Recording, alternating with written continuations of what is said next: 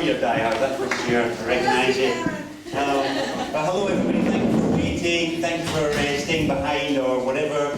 It was delayed, it wasn't God, it was armies of black magicians, all freaking keeping away from you all, that's all.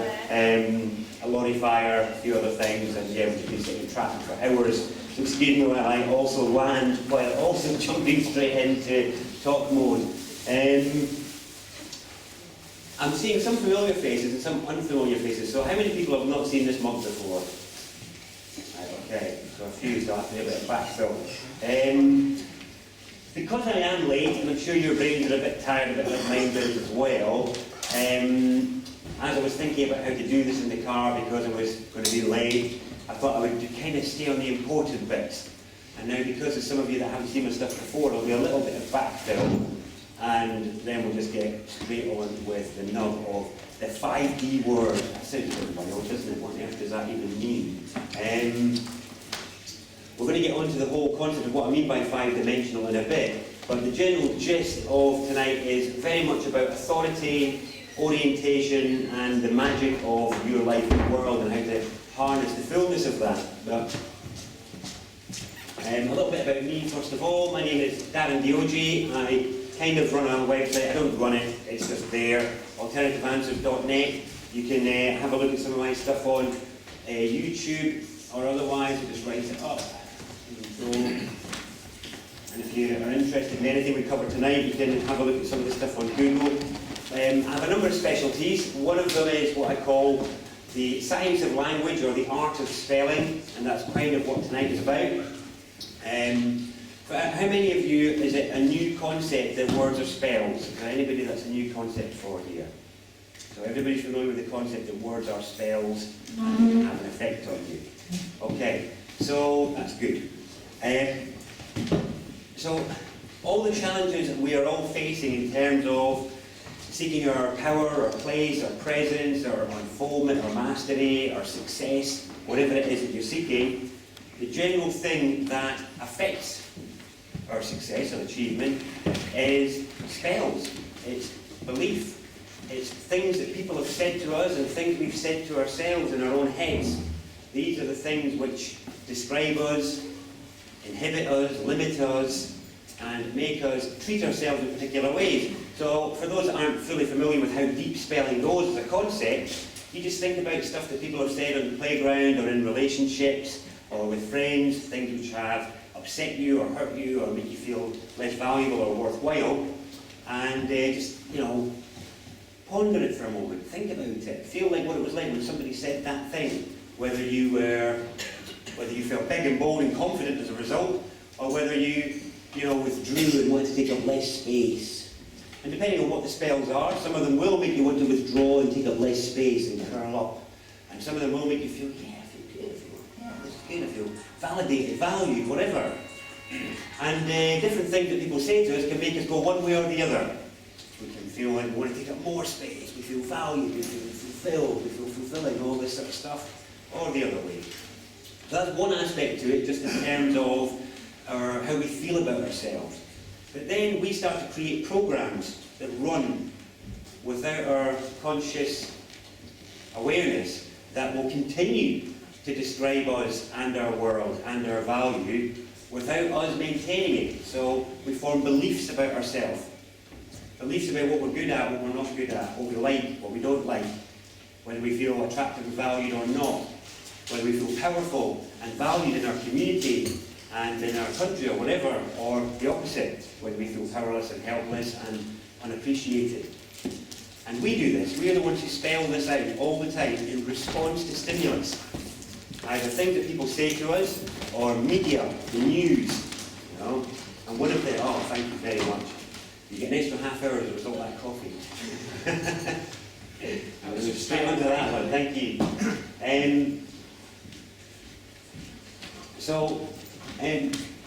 Tonight I want to focus more on the messages that are coming in to you and how you receive them and re-update your belief about yourself and your own power. Because alternative media, I've said this time and time again to groups like this and to some of you here will have heard it before, but I think one of the biggest problems with alternative media is that with all this awareness and awakening that it conveys and that it imbues, there is a hidden current of powerlessness in it. There's a hidden current of helplessness that is with these big, huge stories of big, massive, unseen enemies of unknown description. You feel empowered because you're aware, but there's a disempowerment because who do you go and speak to about it? What do you do about it? How do you stop the guy getting in the plane to fly? How do you stop the guy from pouring the chemicals into the water or whatever it is? So this is a veiled sort of like side effect of all this awareness that's coming in. And I don't know about you, but for me, I would know the difference between an aspartame and a fluoride if they jumped up and bit me in the backside. You could put a pile of them here, you could put some aspartame there, fluoride there, a pile of cocaine there, a pile of Ajax there, and I couldn't tell the difference between any of them. So my point about that is it's very difficult for us to validate a lot of this alternative information that's coming to us. How can you check it? How can you? So yeah, you might be able to go out and buy some expensive equipment and start drop testing your water for fluoride or whatever, but then how do you know the fluoride really does that to you? You believe in somebody. The point is, realising you choose who you're going to believe. You choose. You choose who you give the important voice to. And one of the side effects of people no longer listening to the big voice of authority, i.e. mainstream media, is that developing a new filter set for all the other sources that are trying to profess that they're screaming the truth at you, developing a filter for that is actually quite difficult. Because most of the things are very difficult for you to validate. You can't really check them. So, tonight's about trying to change the story a bit. Some of you will know, I've been going about the story for a few years now, because it's like the story of your life. It's the story of what you believe about yourself and what you're doing. That's your individual life story. But the big story is the story of humanity. What is it that a human being is? Why are you here?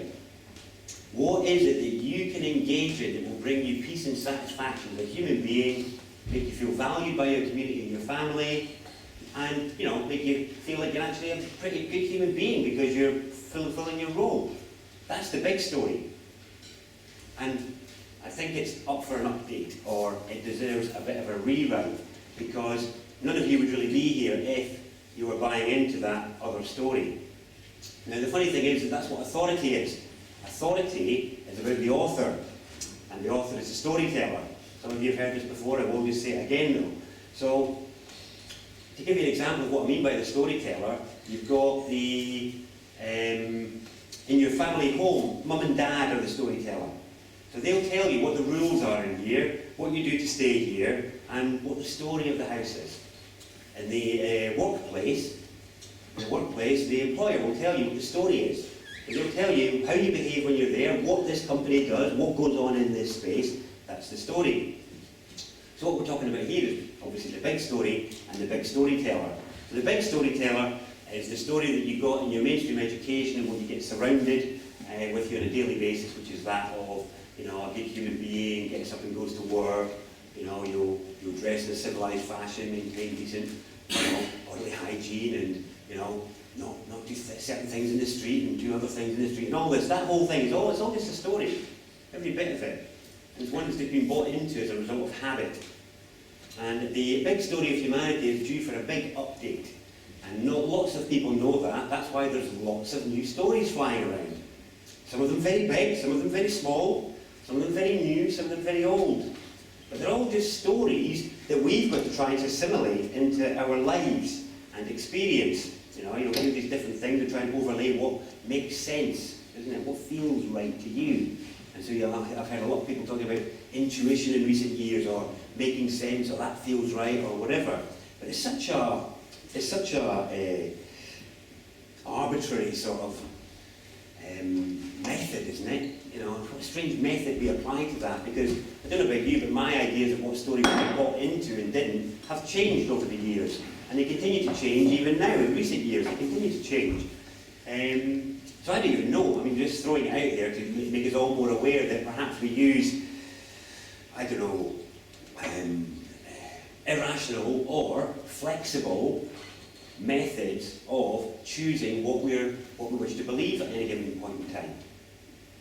So we can update new beliefs really quickly. What I want to try and get across to us is updating the old beliefs, because they're the ones that are the most damaging, because you've believed them for a very, very long time about yourself, and rerun those programs and rerun those patterns, and they're generally the ones that are holding us all back.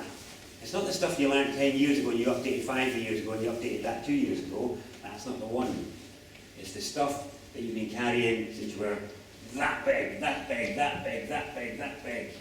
They're the ones that are the hobbling stories, because they're quite fundamental. Have you ever heard the adage, it's an old adage, the child is the father of the man, or the child is the mother of the woman? Have you ever heard that phrase? Some people yes, some people no. Does it make sense to you? Yeah, it's basically about the fact that the child that you were is the parent of who you are now, because they were here first, and they underpin everything you do now. They underpin everything. Every behaviour you learned when you were 16 years old stood on top of a 5-year-old, a 6-year-old, a 7-year-old, an 8-year-old, a 9-year-old, a 10-year-old, etc. All the things that we learned are stacked up on top of that one. So actually, it's the beliefs of the 3-year-old we need to update. It's the beliefs of the 7-year-old we need to update, etc. And this is all based on spells we got at a very young age, very fundamental spells about not just humanity, but also the world. The description of the world, what it is, how it works, how people interact with it, what people do in it. These are all things that we do generally on a rinse and repeat basis without really giving it much thought. But if you look at how varied humanity is and what they're built for, we're an incredibly diverse being that applies ourselves to a very limited number of things, really. You know, there's only a few, considering the scope and the capacity that we have built into us, the number of actual applications that we're applying ourselves to tend to be quite limited. Yes, there's a lot of them, but you've got thousands of people, millions of people all jumping into similar practices, all maintaining this thing we call state. Yes, you've got lots and lots of people all maintaining this thing that we call state. Now, I kind of like to change the wording of the story a little bit and think of it as fields, just for a moment. Because I like the concept of a field. It's like a field of energy that we get drawn to or not. So there are certain stories we get drawn to. So at the minute, because certain people, you know, one of the big stories going around at the minute is about dark controlling elite and things like that. You know, if that buys into certain people's feelings, then they might feel drawn to that story and align with that bubble, and therefore they will find all that information will come filtered through that, you know, and perspective will reveal that yes, they are right, there is all this dark stuff about. And yeah, if you want to pay attention to that, that can be the object of your focus, but it's just a field. Just like if you want to be treated like a child all your life, then go and stay at your mum and dad's, because that is the field that operates there. If you want to go and learn a different story, you know, maybe whatever, a workplace, an eco-village, a retreat centre, whatever, these are all energy fields that are out there. But there's also millions of empty fields out there. And now I'm talking about the grassy fields out there, that's right, all the grassy fields out there. There's lots of empty fields out there. And it's all I see that now as all the untold stories. They're all the untold stories of all the super creative, amazing human beings that could be out building a story of their own truth and unique perspective. And instead they're all off, cooped up in little cells, telling somebody else's story. They're all doing somebody else's work, doing something else. And what I want to kind of get across tonight is about the uniqueness of your story. And so I think I've done it for about the last 3 or 4 times I've been in with this group, but I'll do it again, and that is for you all to look at each other. Just turn around and have a look around. You see, there's nobody in here that looks like you. Yeah, they're waving. Yeah, it's not a trick exercise, yeah. Nobody looks like you, nobody dresses like you, nobody's got the same hair as you. So why do we think our stories, otherwise our function, would be so similar to somebody else's? Why do we think that? That's part of the story that we've been fed. The truth is something very different, which is the full story of your unique perspective and your unique angle on things is as unique as your combination of clothes and hairstyle and appearance and all the rest of it. But it's the confidence with which we can walk it, that's the problem. We don't feel like we've got the power or the authority or the presence or the right or the support to do that. How do we do that? And I'm hoping that some of you have found in your life, you're finding yourself moving into places where you can kind of get the kind of support that's needed to go through the very tentative steps of starting to express whatever you find inside yourself. Because I don't know, some of you might be, somebody in here might be the person that works out exactly what it is the bees need to kind of, you know, reverse the decline. And it might be on just a calm, idle walk, walking through a park one day, you suddenly notice something at the corner of your eye, and that leads you down a whole new path. But if you're fretting about the war in Iraq or something like that the whole time, you're never going to spot that down the road. You're never going to discover, and I've used the bee as an example because it's so out there and random. You know, there's so many random things that humans are built to perform that we never get a chance to discover because we're so busy fretting or doing somebody else's stuff.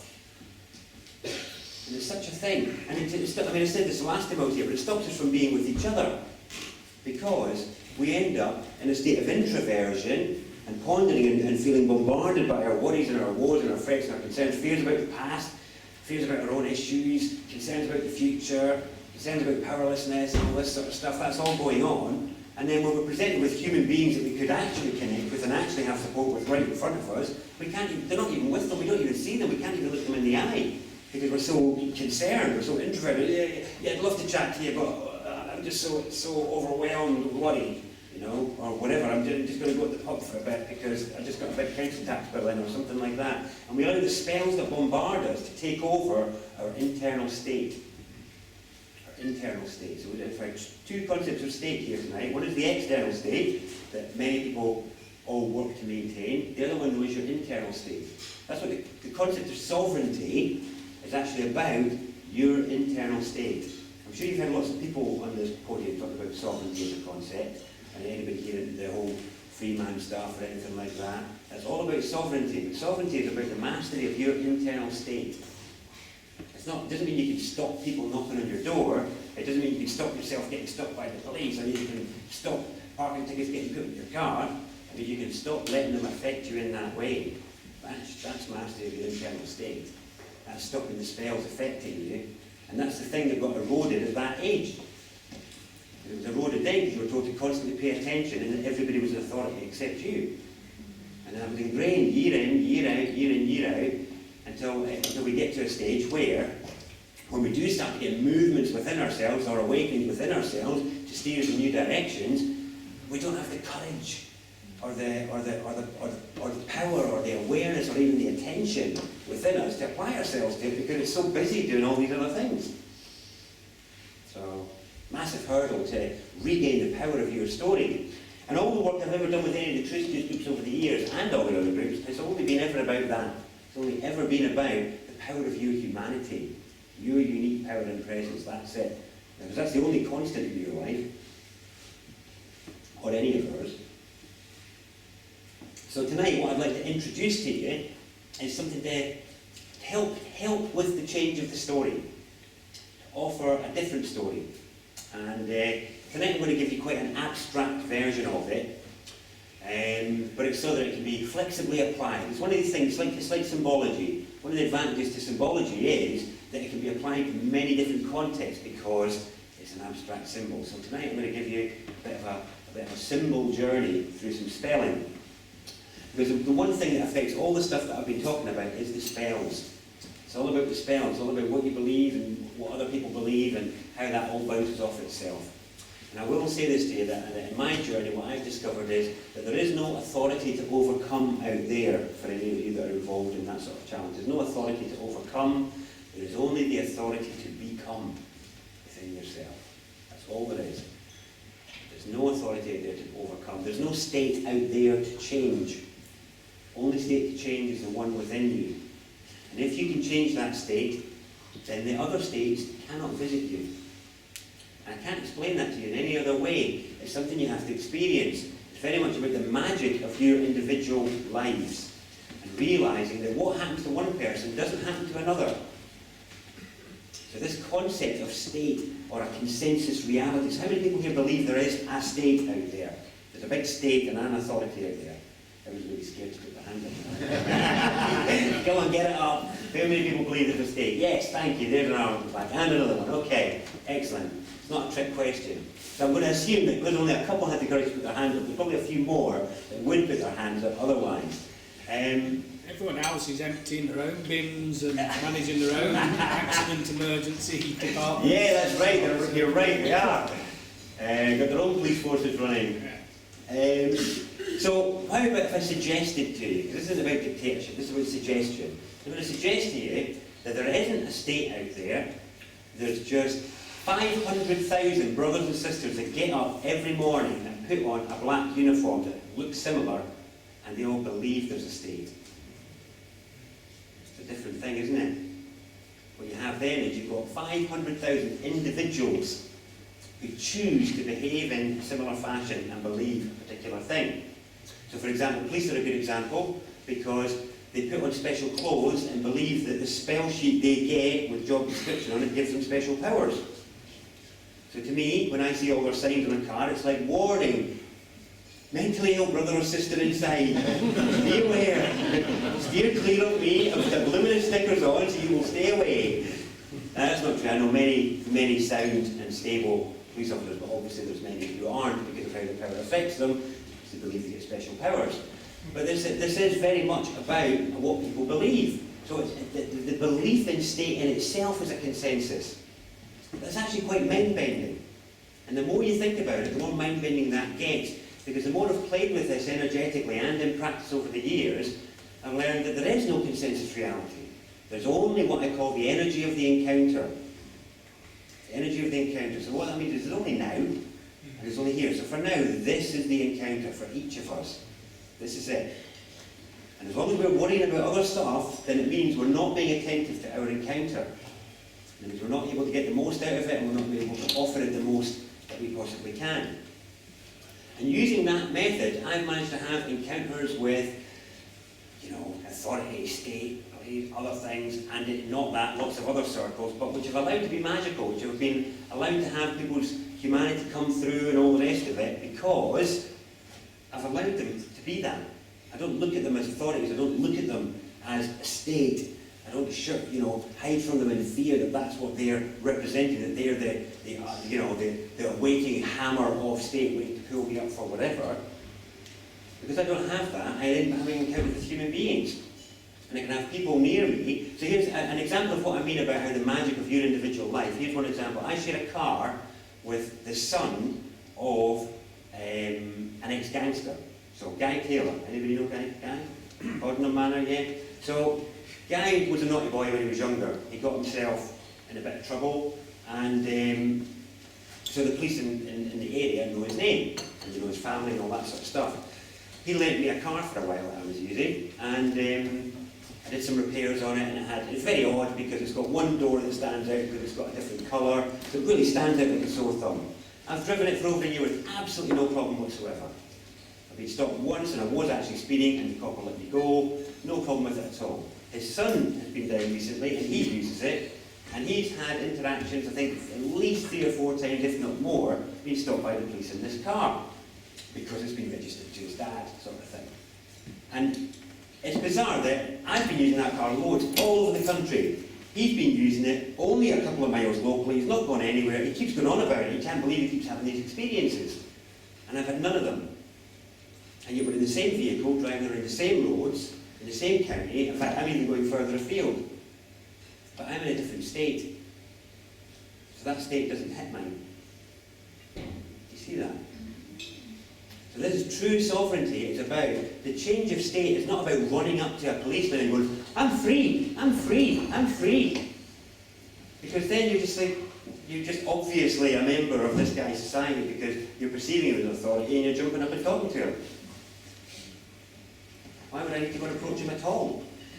I might phone him for help if I need him, because my national insurance and all that, insurance policy, yes, cash in please, help. And that's pretty much it. But otherwise, there's no need to go seeking this stuff. If we feel the need to go and challenge an authority out there, it's because we're seeking authority within. That's all it is. And it's a quest for our internal authority that can lead us to seek challenge. It's like, well, who do you need to prove it to? You don't need to prove it to yourself, isn't it? So how you choose to do that is up to you. Anyway, I'm digressing a bit on the whole authority story again. So, the big spells. So, for us, in our culture, we have, so when I use the term state, I use it loosely, as you can tell. I'm talking about, obviously, the physical concept of state. I'm also talking about energetic state, mental state, things like that. And the opposite of state is what, anyone? What's the opposite of state? Peace. Nope. That's loaded, though. Okay, change. Change. The opposite of state is change. Okay, these are opposites of each other. So, when change encounters state, there is resistance. Within and without, on any level. It just happens. It's natural. It's going to happen. Whenever change comes across state, there is resistance. So this is what we all experience both out in the world and within ourselves as we seek to change our state in whatever way you want to look at it. So on all levels, the desire to change state will bring about this tension thing or a bit of resistance. But we can smooth the way, as it were, by understanding some of the spells. Because, you know, even the spell of change is a powerful spell. And if you want to change the world out there, it's about spelling a new world, spelling a new story, spelling a new story of yourself, humanity, but also state itself. So what I'd like to do tonight is go through, he says, is go through the most powerful spell in our, and I say that near the West, in our culture. So what is the most powerful spell, or the most powerful spell set in our culture, anyone? McDonald's. Money. Okay, that's interesting. How many people think it's money? So a few know it. Yeah. Powerful, isn't it, money? Very powerful. Very, very powerful. It's not the most powerful. Anybody else? Religion. Yes. Okay, so the money one is currently very powerful. Religion doesn't look like it's as powerful as it was, because they go in crests and waves. So basically, what the two that seem to be the most powerful at the moment are in relation to money and also law. So those are the two that seem to be having their ascendance at the minute. But they're only able to do what they're doing because of what the church did. So everything we see in terms of modern state is built on the work of the church. In fact, all of our state is riddled with church terminology. What do we call the leader of this country? What's his title? Prime Minister. Prime Minister. And sorry, what's the minister again? A man who works in the Protestant church. A man who works in the Protestant church. And we have all our ministers are our top people in the country. Those are, in actual fact, they are still religious terms. The oldest lawyers in this country are which ones? Begin with an N? Notaries. And who are the notaries under? Archbishop of Canterbury, that's right, and they still all are. So all of our body of laws are risen and merged seamlessly from canonical law, church law. But the work of the state as we see it now was easy to do, because it was just about distracting you. It was just about keeping you busy, because the connection between Western man and his spiritual truth had already been severed by that point. That was what the church did, that was what the witch trials were all about, that was what all the stuff across Europe was about severing humanity's connection to source. Because if you could feel connected to source, fully present in the power of your own story, your own authority, you're not going to listen to anybody. You would have to be vested before you would become somebody else's slave. And yet here we are now in a culture where there's places, all the men in here can't go unless they're collared and cuffed. That's it, you know, we're in the collared and cuffed culture now, and we all accept it effortlessly. There's a lot of it, I mean that's a Roman thing, but the point being, from Rome, using the church all the way through, this is the process we're still in. And here we are now, in a place where I still can't go places unless I'm collared and cuffed. And for me, that's one of the most significant points, because if I go to historians and I ask them, why are the men wearing collars and cuffs? Why are they tied? Why is it a graded system? Blue collar, white collar, dog collar. Why are all the police known by their collar number? Because none of them can answer me that. It's like, well, your history is worth nothing then.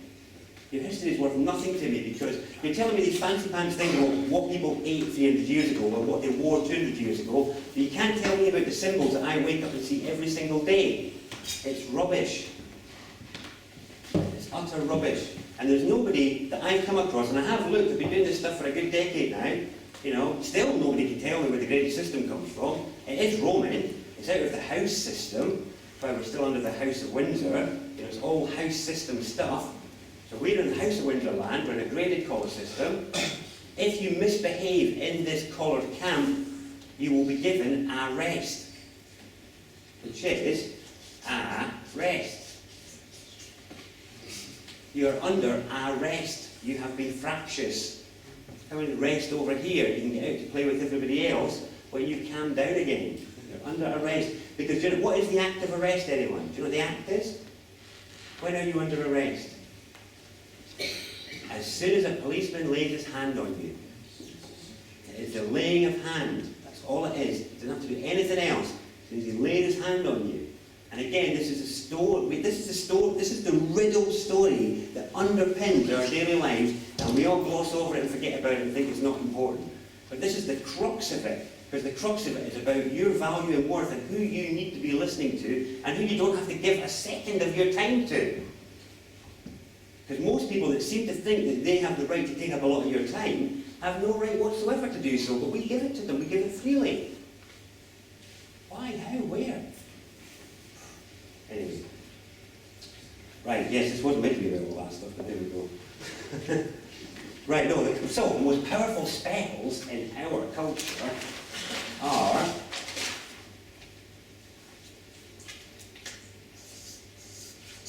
God and devil,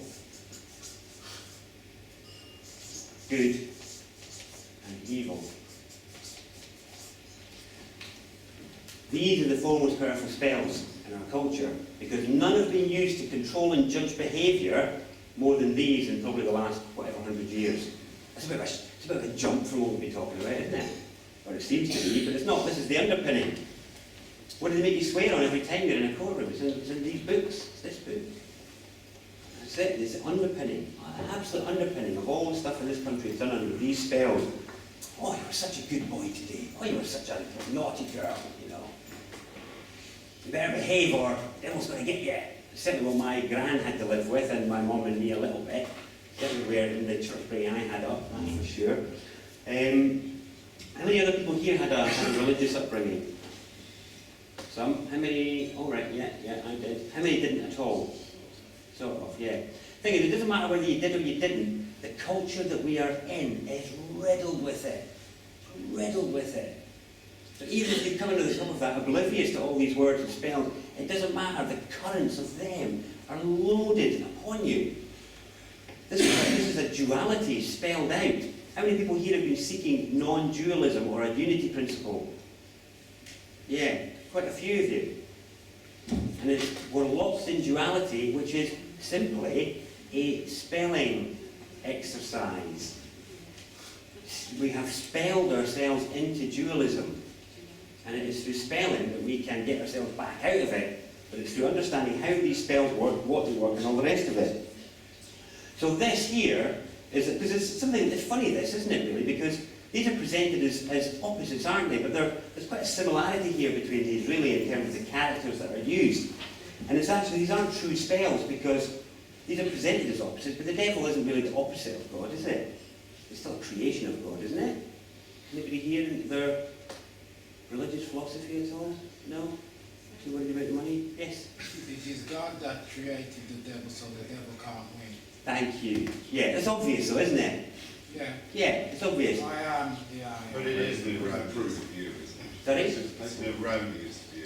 It is an erroneous view, of course it is, of course it is. It's a convenient and lazy view, all to make sure that to just convey dualism, to just get you locked into dualism.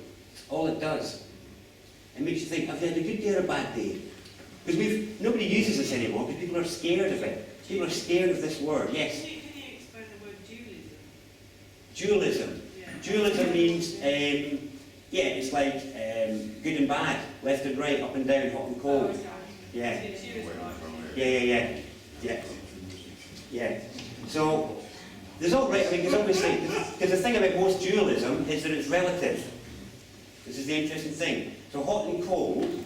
If I had 3 bowls with different temperatures in them, if I had one bowl here with freezing water in it, one here with mild water, and one here with hot water, the whole hot-cold thing would depend on which bowl you had your hand in first, wouldn't it? Yeah. It's like left and right, depending on where I'm standing.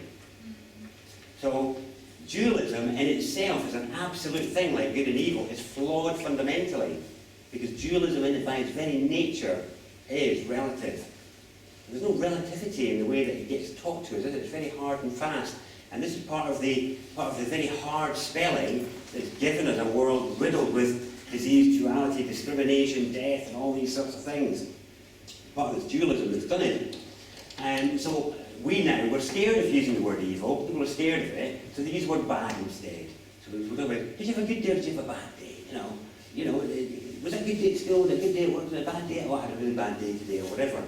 And there's such strange measures that we put on these things because people tend to take a snapshot of it. So you can have perfectly good breakfast, quite a bad phone call at 10 o'clock, quite a nice lunch, whatever. But by lunchtime you're going on about what a bad day you've had because of that call. And then, you have a moan about it, and if people ask you to reflect upon the day, you might judge your entire day by 1 2-minute phone call. It's like, well, what about the other 23 hours, 58 minutes? What happened to them? And why is it that we let that few minutes impact the rest of it? Or why do we measure the rest of it by that? Because then you're taking a snapshot of something which could be anything, which is an entire day, which can be changed whenever you feel like applying it, and tell a different story of that day. Oh, it was great, I had a lovely breakfast, a lovely lunch, a bit of a wobbly call at 10, but hey, that happens. And all of a sudden it changes. But our resting into dualism, or what I call binary thinking, this is what's been trained within us, is binary thinking. Yes, no. Do you like it or not? And people have replaced sort of like an analog experience with this love or hate thing. Well, I love cheese, but I hate biscuits. Rather than, cheese is kind of okay. I have a mild dislike for biscuits. But this kind of measurement of our experience is gone now. It's just polarising, this binary thing, on, off, yes, no, love, hate, good, evil. It's the extension of this. It started here. The stuff that we get now, like your Facebook, like, not like, or whatever. They don't have a not like button, but thumbs up, thumbs down on YouTube. That's this. It's just extended. Just to get you to think about 2 things, that's it. Now that is part of our plight as humans, but it's loaded within the wrong story context here. So, are people ready for a bit of an abstract journey now? Because we're really going to leave now. We're running out of time. I need oh no, it's paper. I need paper basically. So, for some of you already know that this is a spelling mistake. Okay, how many people here know this is a spelling mistake from previous stuff? Okay, there's a number of nods. Yeah. Okay, so I'm going to say to you this is a spell trap, to trap your mind and consciousness in a place it doesn't want to be. Okay, that's my summary of these 4 spells. And it actually traps your mind in a very dangerous place, in a place of damaging spells and limiting spells and deadly spells, all locked in as a result of this 4-way world, this 4-way spell set. Now, some of you will be aware of the spell of never-ending good, shall we call it, yeah? So, the spell of never-ending good is about looking at this. There's many ways to look at it, but for now and tonight, we're going to look at it as purely a geometric puzzle here. Purely a geometric puzzle. So here we have these concepts, and they're basically about shapes being used to create meaning in your head. Okay? These shapes are things we call characters. Okay? These are characters. We call them characters for a reason. These are the crux of all of our spells, our characters. And these characters are all shapes which contain degrees in them. Degrees of awareness, angles, all sorts of stuff. This is masonry. Have you heard about masons? Yeah, it wasn't all about bricks and mortar. A lot of it was about symbology. Is that new to some of you? Have you heard about it being a lot about symbols as well? Okay, for some of you, you might have seen this shape or this character, very strong Masonic symbol, on every Masonic building in the world, the G in the Shakespearean compass. Have you seen that? Yeah, it's one. We're going to look at this for the rest of tonight, really, instead of looking at these shapes and what they mean. So, I called tonight the 5D word, didn't I? The 5D word. What on earth does that mean? Well, what it means is that we're going to look at 5 dimensions of it. 5 dimensions of a word and how it affects. Now, what I mean by dimensions, that's pretty full on, isn't it? Pretty powerful term. But it's all about angles of awareness or degrees of awareness. And this is what the true Masonic rites were about, was they were about degrees. That's why they called them degrees. And at each new initiation, they were given a word of power. That has fallen into disuse in the last 300 years since the Masons had to publish their membership rolls. The true stuff all took place before them, which is why some of the buildings are a lot older and some of the myths and legends are a lot older as well. So as soon as they started to publish their books in 17 or whatever, forget about it, since then Masonry began to fall into decline at that point. Now, the rites of passage of the degrees, each time they were all given a word of power, rising up to the highest degree, which was 33 degrees, the 33rd degree. Mason would be given the highest and the oldest name for the divine. The highest and the oldest name. This is the highest and the oldest. And it was meant to be what they would call the grand omnific word. It was meant to be the word that David and Jesus and Solomon and Moses were imbued with. It was meant to be a huge big secret. So many people having that. So it's hidden behind all these layers of secrecy and degrees. But the degrees of awareness are all present in the alphabet as well. Everything is about degrees, because that's why you get degrees at university as well. Because it's how the mind works. The mind works in degrees. It's a bit of a baffling thing, but hey, there's no manual for these vessels, and they're all made up of bits that we like sometimes and we don't like other times. You know, sometimes I'd really like to not have any feelings, but hey, they don't go anywhere, they're still there. Sometimes I just don't want a body, but I keep waking up and there it is. You know, that's it. So, not liking or not resonating with things like degrees and numbers and characters doesn't make them go away, and it doesn't mean the effect goes away. It's like saying, well, I could dismiss my body. It doesn't mean that it's going to disappear. It might start to wilt away as I neglect it, but otherwise it's still going to stay there, isn't it? And this is actually what happens with all of our aspects. We either embrace them and accept them and just get on with it, or we strap them up, hide them, or they wither. You know, it happens to our body, it happens to our emotions, it happens to our mind.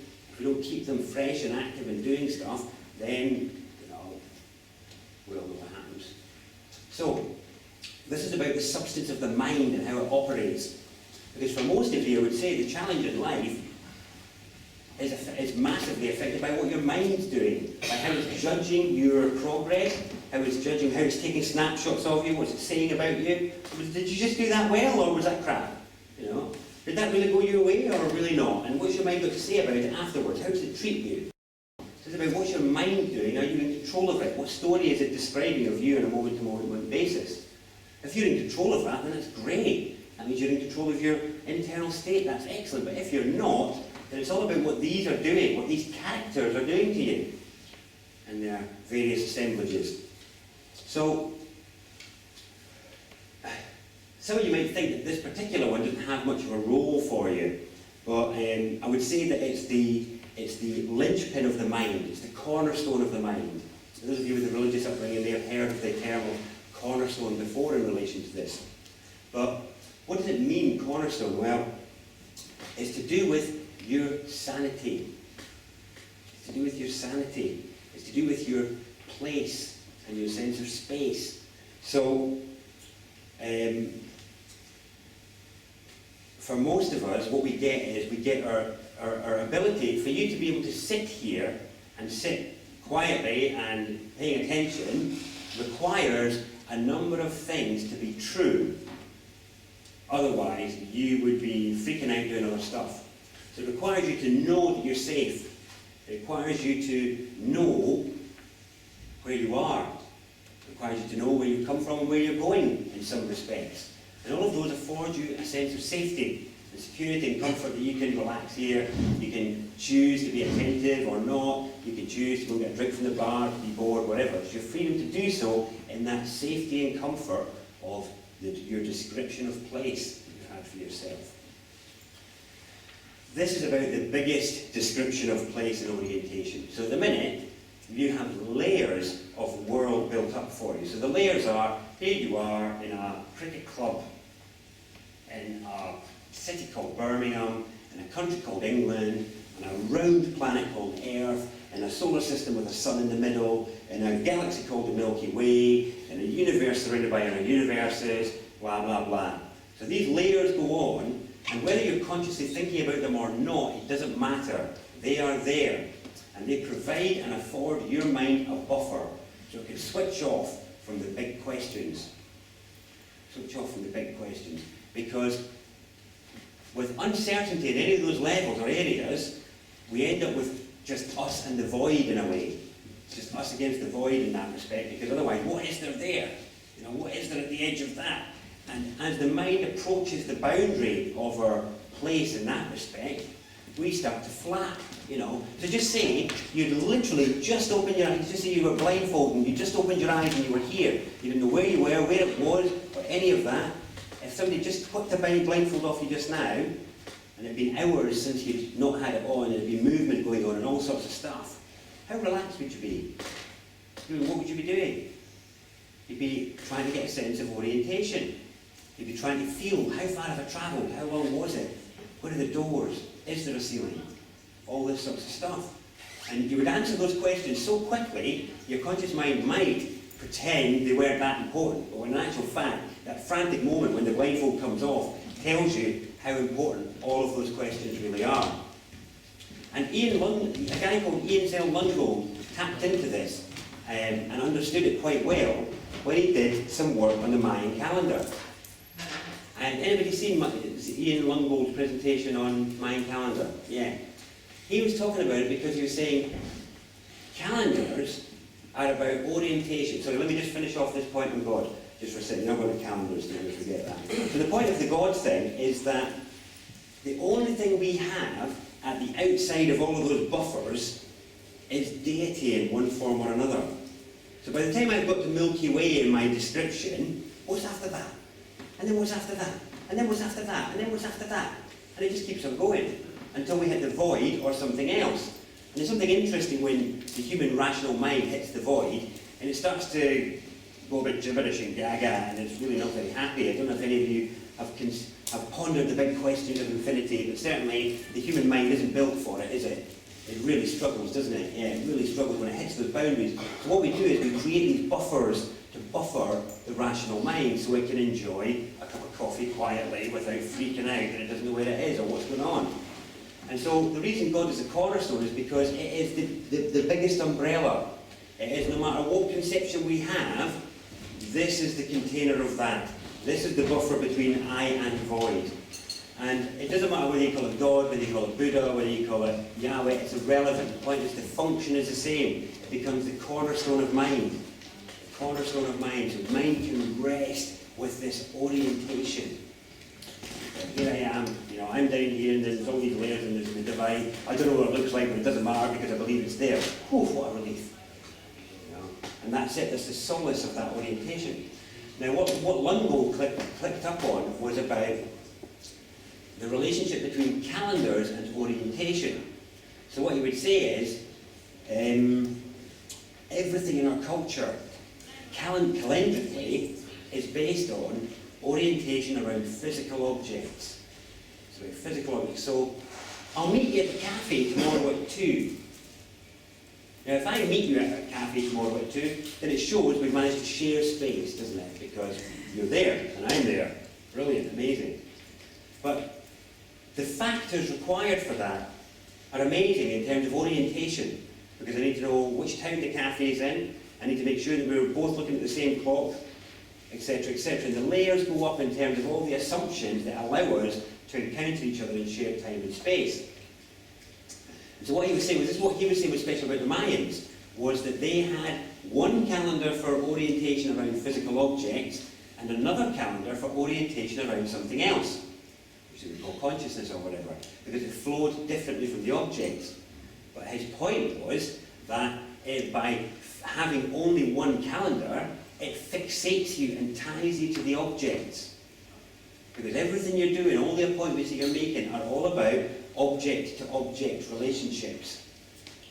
And some of the stuff we're all exploring is about being more than just an object, or about relationships between things when they're in a non-objective state, or we're looking at them from a non-objective perspective, not as an object.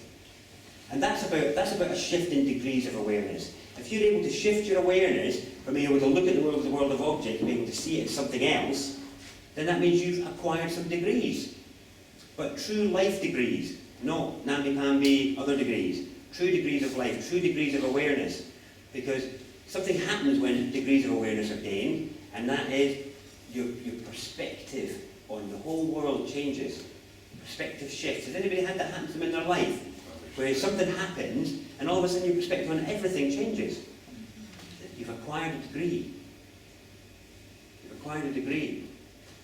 There are degrees of awareness to acquire. Each one will bring with it a shift that will allow you to perceive everything differently. And the overall journey results in what has been summarized in certain books as enlightenment in some way, or whatever, unfoldment, blossoming, whatever you want to call it. It doesn't matter. It's just a spell. The human experience is the same though, even though you might spell it differently. So anyway, so this is about, so really the point of all of this, these spells is, these were spells to trap your sense of place and orientation. So that you would pop yourself within one of these. If you had a good day or a bad day. If you're not good, the devil will get you.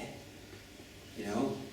And these are so that we will pop ourselves into these spell sets. It's very, very powerful stuff. It really, really is. The only reason the state can have you so worried about money and law is because it's how the church has managed to affect your relationship with what that's pointing at, or what that's relating to, which is like source or divine or whatever you want to call it. It's just, again, just about using interchangeable spells. Now, there's no way to do this other than with a leap. So we're going to do a bit of a leap today. So this is about, I'm going to call this the 1D perspective. This is the first dimension of this concept. It's the first one. What time is it? We're going to have to leap through the dimensions here, if possible.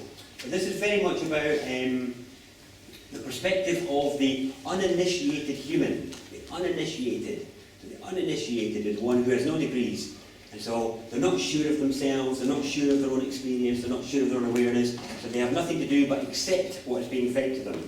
Really the state that we're all born in is that state of receptivity and beingness, where we believe stuff that's told to us because we don't even have a concept of lying at that point. We can't even believe that somebody would lie to us because there's no even concept of that, so we just accept it as truth. So this is a result of that, is that 1D perspective, is when we get these concepts of dualism plugged into us. We're very, very broken.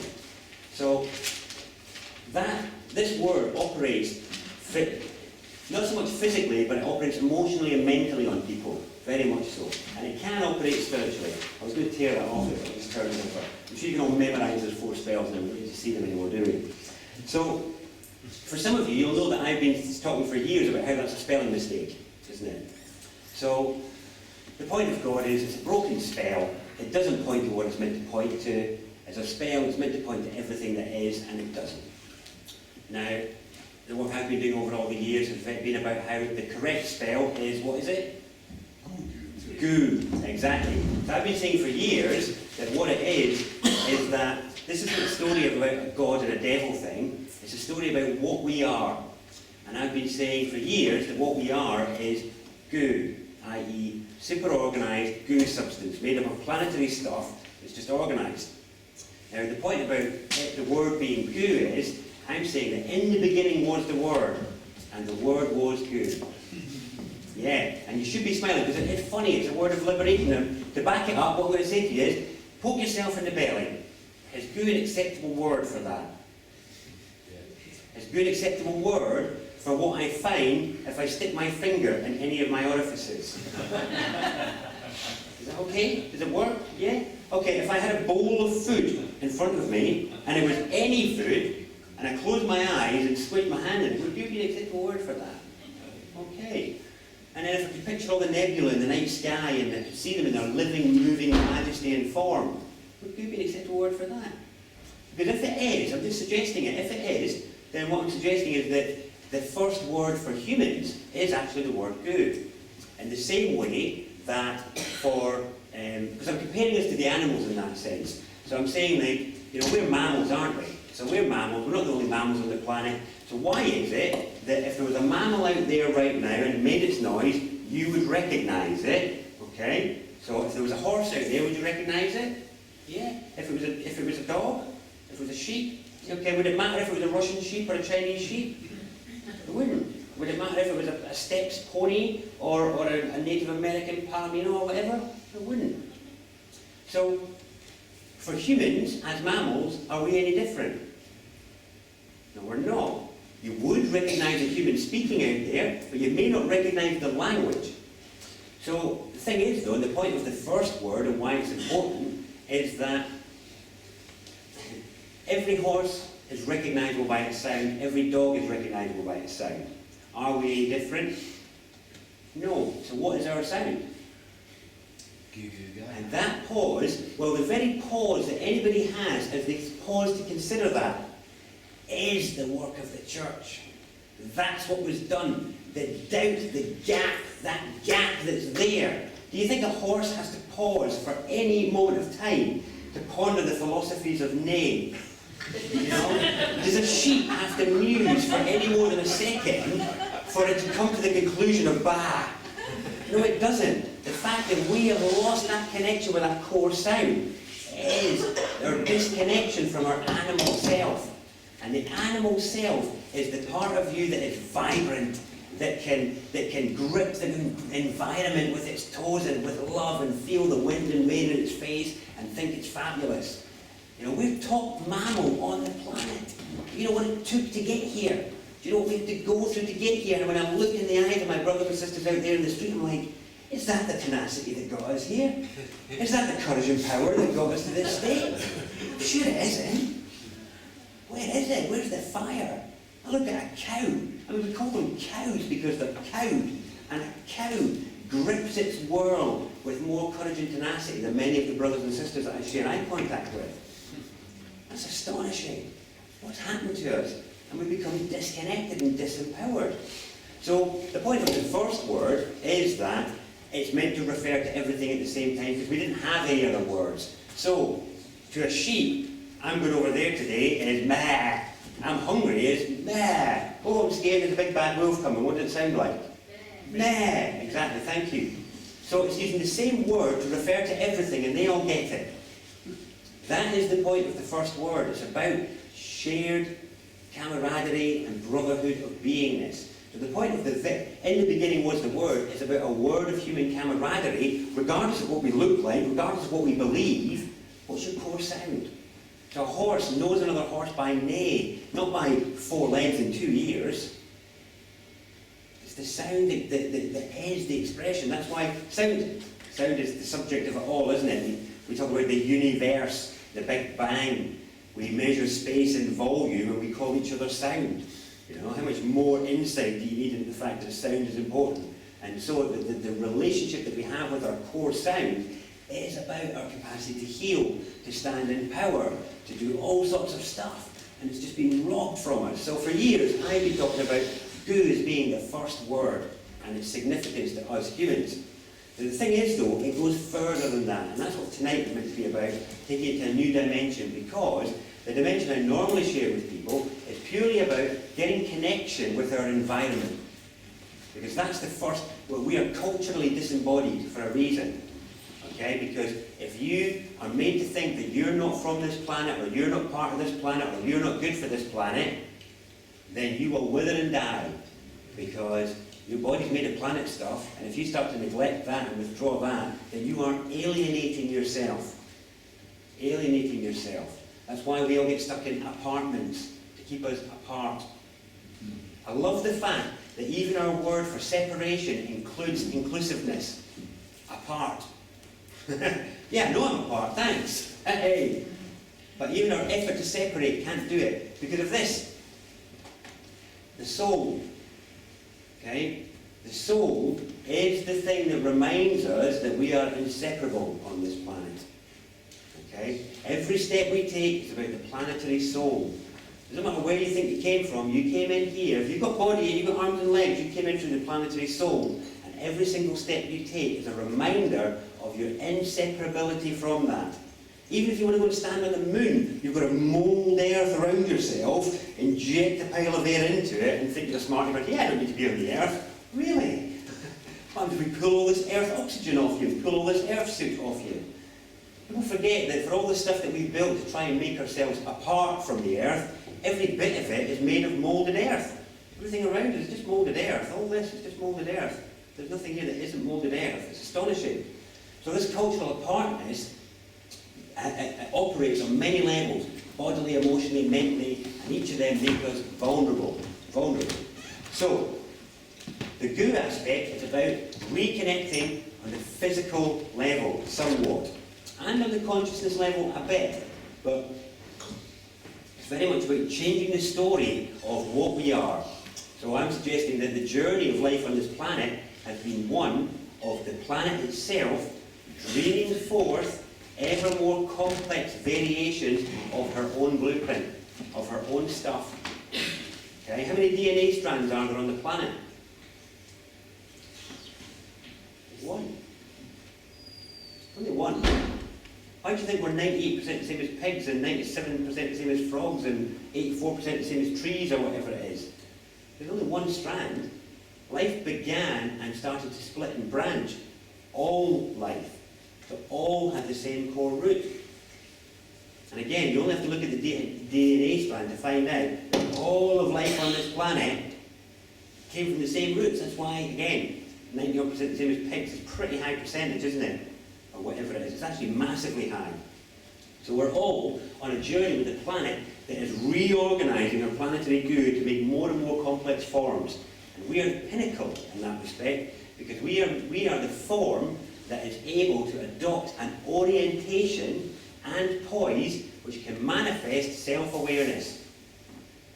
We can manifest the observer, we can manifest self-awareness and in fact divine consciousness. That is the challenge ahead for us, or that's the challenge afoot for us. That's why we're very different from the rest of the animals on the planet. We've been built for a different purpose, a different function. But as long as we play a different game and tell a different story, we'll never actually be apart. You know, and the funny thing is that any part of a body that starts to turn on the body becomes what? It becomes a dis-ease. It becomes a dis-ease within the body. So if I have a part of my body that decides it's not part of the body anymore, so my liver has just decided it's not part of the body anymore, it says, yeah, sod that body, I'm not part of that, I'm going to do my own thing now. I think we call that cancer or something like that. It decides to do its own thing. And if it decides to convert some of the other neighbouring, but hey, I'm a liver, hey kidneys, hey, you know that work the body's trying to get you to do, that's crap, yeah, come and do what we're doing instead. You know, it's brilliant this. And that's how parasites operate. And this is how our species are behaving as long as it believes we're not meant to be right here. As long as it believes it's a mistake that we're here. We're a mistake. It's a mistake. We're meant to be somewhere else. I was meant to be somewhere else. Whatever. As long as we believe that, we're screwed. Because it's not until we get here that anything can actually happen. I always like to ask people, how many people here believe they've arrived at the full power of their presence and capacity? And, you know, they're handling their situation with deftness and aptitude and blah, blah, blah. Nobody ever says, yes, it's all right, yeah. But do you know that means you're not even here yet? It means you're still coming. You're still arriving. You're still finding your feet on this planet. It doesn't matter how long you've been here, we're all still finding our feet. And that means it's not even game on yet. That means we're still blossoming. And it's like, well, okay, can we just get on with that process so we can actually get on with the actual game, you know, rather than just a warm-up? Because I feel like that's still very much what's going on. And part of this is all about, this is part of what's broken it, is this spell set. This has broken it completely. That's what this symbol, being trapped in the set square compass, is about. So I'll just do a very quick bit on shape, because I'm aware of the time, and I want to jump on to giving you the new shapes, the new character to be revealed tonight, and I don't want to miss it. So, going very quickly, basic shape stuff. This seems to be jumping a track, but it's not, and we'll get back onto the point. I'm going to bet that most of you were taught that the three basic shapes were this. Yes? Pure masonry controlling your mind, that. Okay? Only one of them is a basic shape. Which one is it? You all knew that answer, didn't you? These are made up of basic shapes. The other basic shape, which is what? What's the other basic? What's this made up of? Straight lines. Yes. So, the three basic shapes are the line, the circle, and somebody's circle, and the spiral. Okay, these are the basic shapes that you will find in nature. Line, circle, spiral. Male, female, what happens when male and female stand in balance? Okay? Male, female, what happens when male and female stand in balance? So in the cosmos, you have these two operating in balance and you get spirals everywhere. So we're in a spiral galaxy, which is why it's very important for us. We have spiral cloud formation, spiral water patterns, spiral floral patterns. Spirals are everywhere. Okay? All over the place, because this energy of male and female flows in balance. However, the very reason you've not been taught about this line is the same reason why the men are collared. This is all about the collaring of the men, because this energy is change energy. This is state energy. And this is about a changing state. So, the universe exists in a changing state. It's a dynamic state. Changing state, changing state, changing state, changing state. So it moves from poise to poise to poise to poise to poise all the time. Your change energy has been collared to maintain a state. That's why you've been taught about this. You've been taught about the circle to maintain state. So whenever you come up with new ideas, they're only okay if they feed pre-existing careers in a way, you know. Who's that for? What job's that for? You know, that'd be alright. So all that creativity energy you've got, that's all the change stuff, that all gets poured in to maintain a state. Those of you that have been trying to bring about change in the world, is because what you're doing is you're learning to draw lines again. You're learning to draw a line over what you will and won't accept. So you remember earlier I talked about all the spells that affect you, and the inability to control your internal state. So if a bill drops through the door, to be able to truly read it, accept it, but not have it change your state. That's an art form. For most people, if you get your council bill through, it's 1,500 quid, it's like, oh my goodness, where's the bottle? You know, something like that. So my state, it changes from it, you know, because my boundary isn't intact. That's what the state eroded. They took away your boundary because it's through lines that we draw our boundaries. Okay? And a healthy boundary is what you need to make it through the times coming ahead. You need to have healthy boundaries intact, so you're in charge of your internal state. So if something happens that could really wobble it, you will choose whether you will let it or not. It's very, very important. Because you can't stop the stimulus from happening. You can only learn the art form that will prevent it from taking over your state. So, you're all learning to draw lines again. It doesn't matter whether it's in ecology, philosophy, law, whatever. You're all learning to draw lines. And it's tentative, it's vulnerable, it's fragile. It needs supported. And this is all about, you know, what is the easiest thing to draw a line with? Anyone? Somebody said it? A ruler. A ruler is how you draw a line. This is about sovereignty. Okay? This is why we have rulers. They help us draw the lines in culture. That was why the court is the court of the king. Because, excuse me, we can't resolve this. Can you draw the line, please?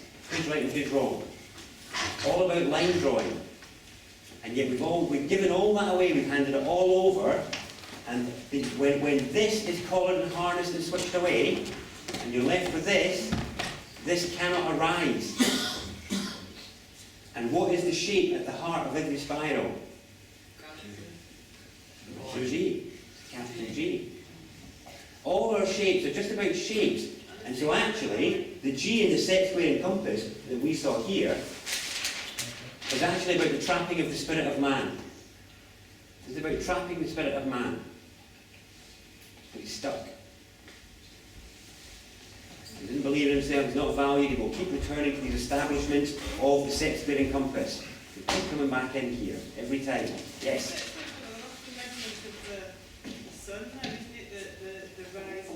sorry, I saw a hand there, and then I heard a voice there. Yeah, you go ahead, then we'll have you hang. Maybe overly simplistic when you look at the Masonic side. Is the G representative, the G8, the G20, governmental because it's divide and rule? All of that. Yeah, it's very much about divide and rule, exactly. And it's only achievable when this is trapped. This is the point. This is why the men are called. This is what it's all about.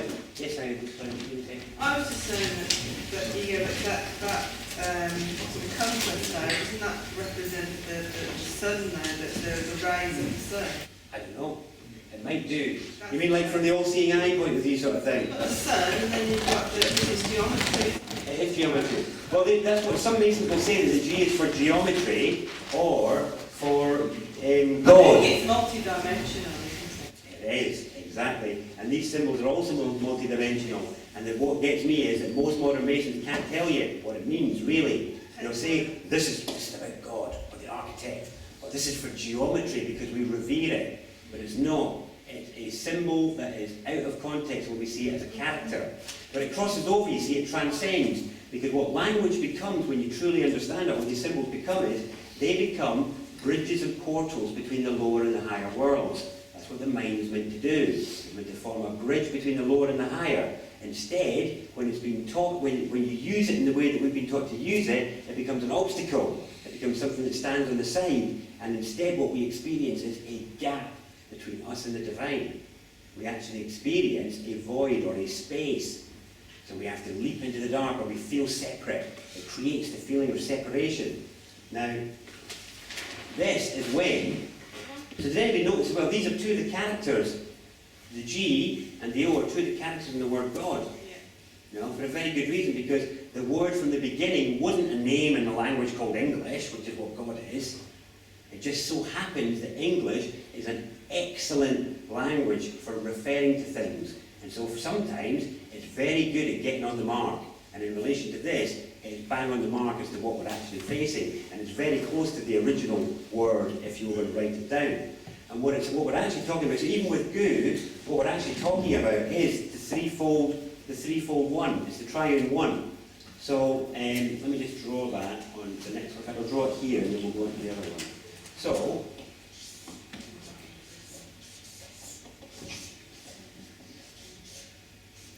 okay, so if I say to you, I don't have time to go into all the details of it, but if I say to you that the G or the spiral is about the father aspect, or the higher aspect, or the spirit aspect. And it's about vortexes and spirals, and if you've got one ascending and one descending, you can get Kundalini, or the double helix of DNA, all this sort of stuff. This is all about spiral dynamics, and how they work when they're stretched out. So it's also about Chi. So G and Chi, those of you that are familiar with Eastern medicine or whatever, they're synonymous terms. It's for the energy that flows between all things. So the G is about that. And as a shape, if you look at the G and the O, they're about shapes in the relationship. So this one, it's really easy to see what's inside and outside, isn't it? With O. You can see what's inside the O and what's outside, can't you? Very easy. But with G you can't, can you? It's not clear what's inside and what's outside because of this open bit, really. And that's the same, that's about the qualities of Chi. It's about that as well. It's about the formless aspect. So the G is about the formless aspect. The O is about one of the form aspects. So we're going to put this first O here and say that it refers to higher self or soul. So this is about higher self. And then when we overlay this other O here, this is about the lower self or the personality. I'm doing this is over the chakra system, by the way. If anybody's aware of the chakra system, so the lower three chakras are like the lower self. So that's lower mind, emotions and body. This is heart, space and temple energy. So heart, throat, and this is the temple. Not called the temple for no reason, everybody. It's not an accidental spell. And then after the temple, we can then access everywhere, basically. So the point of this, some of the relevances of Gu as a second dimensional word, this is now looking at it as the third dimension. So when we look at it, before, when we were looking at it as, wibbly wobbly world, that Gu manifest, as it were. So Gu manifest is what we'll call horizontal language. Horizontal language is when you refer to things. So if I want to point out that I'm happy or sad, or point out the table or the chair or the floor or whatever, that's all horizontal. And if I want to talk about goo in the squeeze my belly sense, then that is horizontal. This, talking about it as shape and character and as form, this is the vertical sense, which is the next dimension of it. Now this is why this is where languages all come together as one now. Because all the alphabets, you can put them all together and decode them all in the same way, in the same method. And you have some which go left to right, some which will go right to left, and some which go up and down. I don't know, is there anybody that does down to up? I don't know. It might be somewhere. Not that I've come across anyway, yeah. So these are all about perception and experience and approach.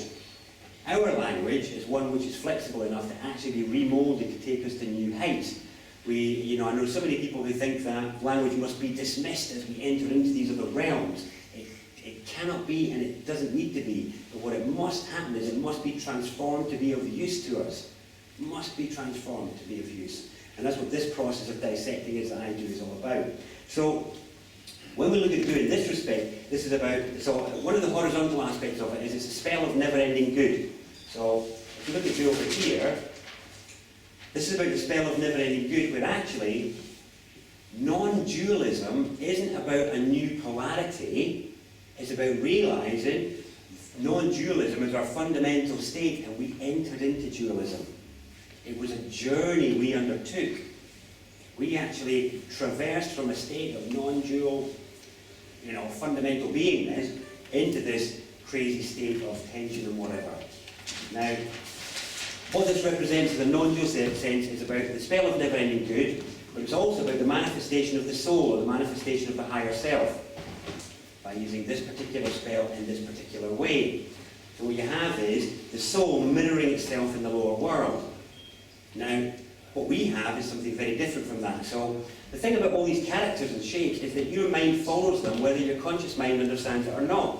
Your conscious mind, the soul doesn't give a monkeys as to what your conscious mind thinks about these characters, because it learned it at a time that your conscious mind wasn't working. So for most of us, you learned your mother tongue before you could read or write. So you learn your mother tongue before you could read or write, and then on top of the sound you learn these shapes. But by then often the context has already been set up for your fall.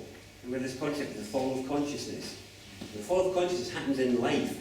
It didn't happen millions of years ago, because every one of you was born exhibiting divine qualities. You were all born demonstrating immense love, perception, forgiveness, acceptance, all of these things. You were oozing them all. So that's it. Any infant proves that. There we go, divine qualities, bam. So what happens? Something happens. How do we lose that? Sorry? Yeah, school is part of it, but culture is, the context of culture is the most insidious disease because of the orientation. So even before anybody says anything to you, the very way the things have been built and the very way people have behaved set up this sort of sympathetic magic that coalesces around you that kind of steers you in a particular direction regardless of your perception. It's riddled in structural stuff that we don't pay attention to ever, really, not in a conscious sense. Really, that stuff is from infancy onwards, when, in infancy, when everything was swimming together in a seamless goo, as proper good consciousness. So there we are, everything's swimming together. From that moment on is when it starts to break. As soon as the very way in which we discriminate the world from a sea of energy, that's when it starts to fall apart, because of the way we make everything hard and fixed in our perception. This is part of the God disease, the harshness of the D. The D is a character, and maybe you just have to look at how we use it. It's an incredibly divisive character. We use it in all sorts of spells for division, including division, death, discrimination, devastation, disease, but also equally divine. It's one of the very few positive saving graces for the old D. But so this is the third dimensional way of looking at this word. Now, you can go away and mull and play with goo as a concept for years and still be learning. But I've been doing that for years, and some of the people here have known this for years, which is why I've finally turned up to give them the next level. So I'm very sorry to take it to whatever time it now is to finally get to this stage. We're now ready to look at beyond goo. So this is about the password. Goo is the password, and it's the password because it is for the human form, the spell which just points to everything. So for the human form, there can be peace in goo because there's no need to go and search for exotic solutions. It's all right, it's just goo. You know, you will fart, you will burp, you will trip, you will fall, it's all fine. You know, we are fallible, we're bimbling, we're bumbling, all this sort of stuff is part of our nature. Goo consciousness is the thing that permits that. We're like perambulated, lubricated stones of the planet that are just very gooey in our behaviour, but so is everything else on the planet. So this is the password for this side of manifestation. Okay, so that's why, yeah, the first word for babies is goo. And now it's not because babies say goo, they can say goo, but they don't. It's about the state of consciousness that babies have. They have goo consciousness. So the first word isn't just the first word for us as tribal animals, it's also the first word for us individually in life, where that consciousness we have as an infant sees everything as swimming energy. It sees it seamlessly. There's no difference between you and the chair and the floor and everything. That's goo consciousness. And that's when you exhibited all those divine qualities. So as a password, well, what then? What then? What's before then? Well, before then, you weren't born. So that means we're talking about the state of awareness you had before life. Now, is that or is that not reconnection with the soul or with the higher self or whatever? It is indeed, because this is about the path of return. And the funny thing is, people have a concept that they even if they feel disconnected now, that they had maybe a soul or higher self before life and after life. It's just during life, it's off on holiday somewhere, and life is all abandoned here, where, you know, we can fulfill the tale of God and devil and not find out how well we did until the end. But it's nonsense. So the point being, when people have an awakening in relation to that, there's two things you can do in relation to reuniting with the soul of the higher self. You can race towards death and meet it there, quite happily, because you will. Or you can tread the path of return to the last time you had that awareness and reconnect with it then, which is when you first picked up this body. And that's why all true learning systems are an unlearning. You know, they're an unlearning. You unlearn what you learned, because it was, you know, skewed. It's not that it was lies, it was skewed based on perspective, based on the degrees of awareness at the time. Nobody's to blame here. You know, there's nobody to blame. So, goo is the password. So the password to that place. So within goo you can map the whole of the manifest side. But as we move to the unmanifested, the other side, we need a bit more. This is where we move to the next sort of levels. So, to get to this stage, we're looking at our shapes differently, but over the same overlay. Okay, he's a bit, leaning to this side a bit. Yeah. You know how many times I've done these guys on paper, they just never get any better. They just don't, honestly. Right, you'd think they'd develop some skill at it. Right.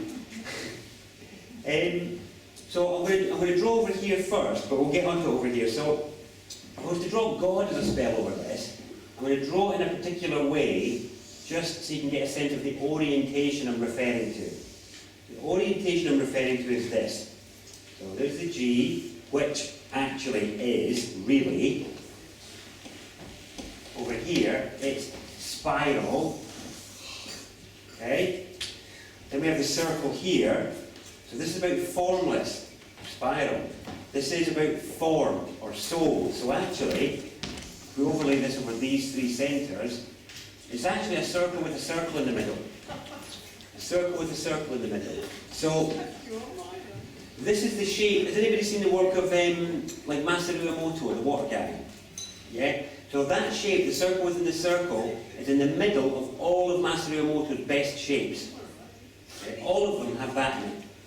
This is also the shape that is made. Anyone aware of cymatics? Sounds of cymatics, yeah. So cymatics, when sound moves in water, when sound affects matter. Does everybody know about cymatics? Do you guys know about cymatics? No? Cymatics, I'll write it up. Here. Cymatics. Look it up on Google. It's amazing. It's really amazing. So cymatics is what happens in matter when sound hits it. And do you know that all matter changes shape when sound hits it? All of it does. It is, isn't it? Yeah. Yeah, they do it with sand. Yeah, it's amazing. There we go. That's like the silent voice of support to that story from the back there. Check it. It really is mind-bending. It should be in all of our education, cymatics. So cymatics is what happens when sound hits matter. And what's amazing is, increasingly complex geometries get formed. Like serious, proper geometry, just in sand, from people making noise at it. Now what's really funny is that when the human voice makes the sound aw, as in so aw, that sort of noise, this is the shape that's made in matter. The circle within the circle. I've got pictures of it here in a book that some of you can look at afterwards if you want. In fact, I'll pass it around now, just for the visual effect. So, here we go. Pass one round this side and then one round the other side. So yes, on this page here, these are examples of other shapes that have been made in matter with sound, and these are all examples of the human voice making the aw sound. And these are moving images, so if you look at them on Google, you'll actually see it as moving, animated as the person is sounding. So pass that one round your way, if you can just pass it all the way around. And I'll do the same over here, and then we can move on. There we go. Pass that around. See shapes here. So, this as a shape in our consciousness is one of the oldest in use. There are megaliths and stone circles that have these all over them. They call them cups in that language. The people who are exploring that stuff, they call these the cups. But they're not really cups. They're a circle within a circle, and it's because this is the ancient symbol of the monad. Okay, so you know what the monad is? Yeah. Get a Newgrange in Ireland. Yeah, there's loads of them. Now, this is about the cosmic egg. This is the atom, the atom. This is the great nucleus. This is the cell. This is everywhere around us, and all of our renditions of things like atoms and cells and all the rest of it, we use this shape because that's what's there. It's astonishing, but to know that when our voice makes that sound, this is the shape that's formed, that is incredible. It is incredible. People seem, yeah? Is it not a sun sign as well? Yeah, that's what we're going to get to, is that yes, for us, in terms of orientation, this is about the sun. The Father and the Son, S-U-N, not a son. So a son, S-O-N, is a boy. Yeah, a son is what this is about.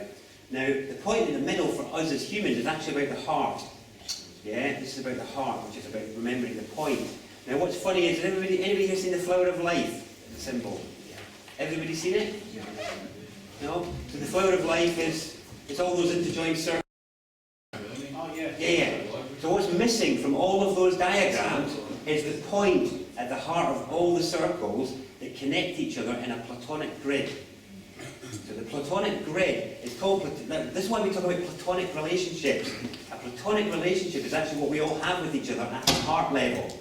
The heart level, that's the grid that links us all directly via the heart. That's why this is important. The missing element in this particular shape, anyway, is this dot with the dot in the middle of it. So this is the Father aspect, this is the Son aspect, which is about the Son. And this bottom part, well, that is what in religious Christian terminology we call the Holy Ghost, or the G-host, if you want to play around with that word, you know. So the ghost is down here. Now, my journey in life has led me to believe and led me to experience that there were many, what I would going to call wars of the word. There were many wars of the word, and in fact, I think our modern penance system, you know, the penance that people have with their houses and flags on it, these used to be called a standard. Okay, that was the standard that you stood under. Well, my personal belief is that the old standards were about which word you stood under. Which word you stood under. Because there are old texts, like Heidegger's Being in Time, very well-respected philosophical text, where the word God is written with certain characters omitted. They're omitted. They're like underlined or crossed out or things like that. And it's because the original word was intentionally concealed, and you can read about it. Both the Jews and the Masons have written about it. And they write about the lost word. The lost word. So the lost word was a grand omnific word that blah, blah, blah, could have done this, and Moses and Jesus and all that sort of stuff. But it was intentionally lost.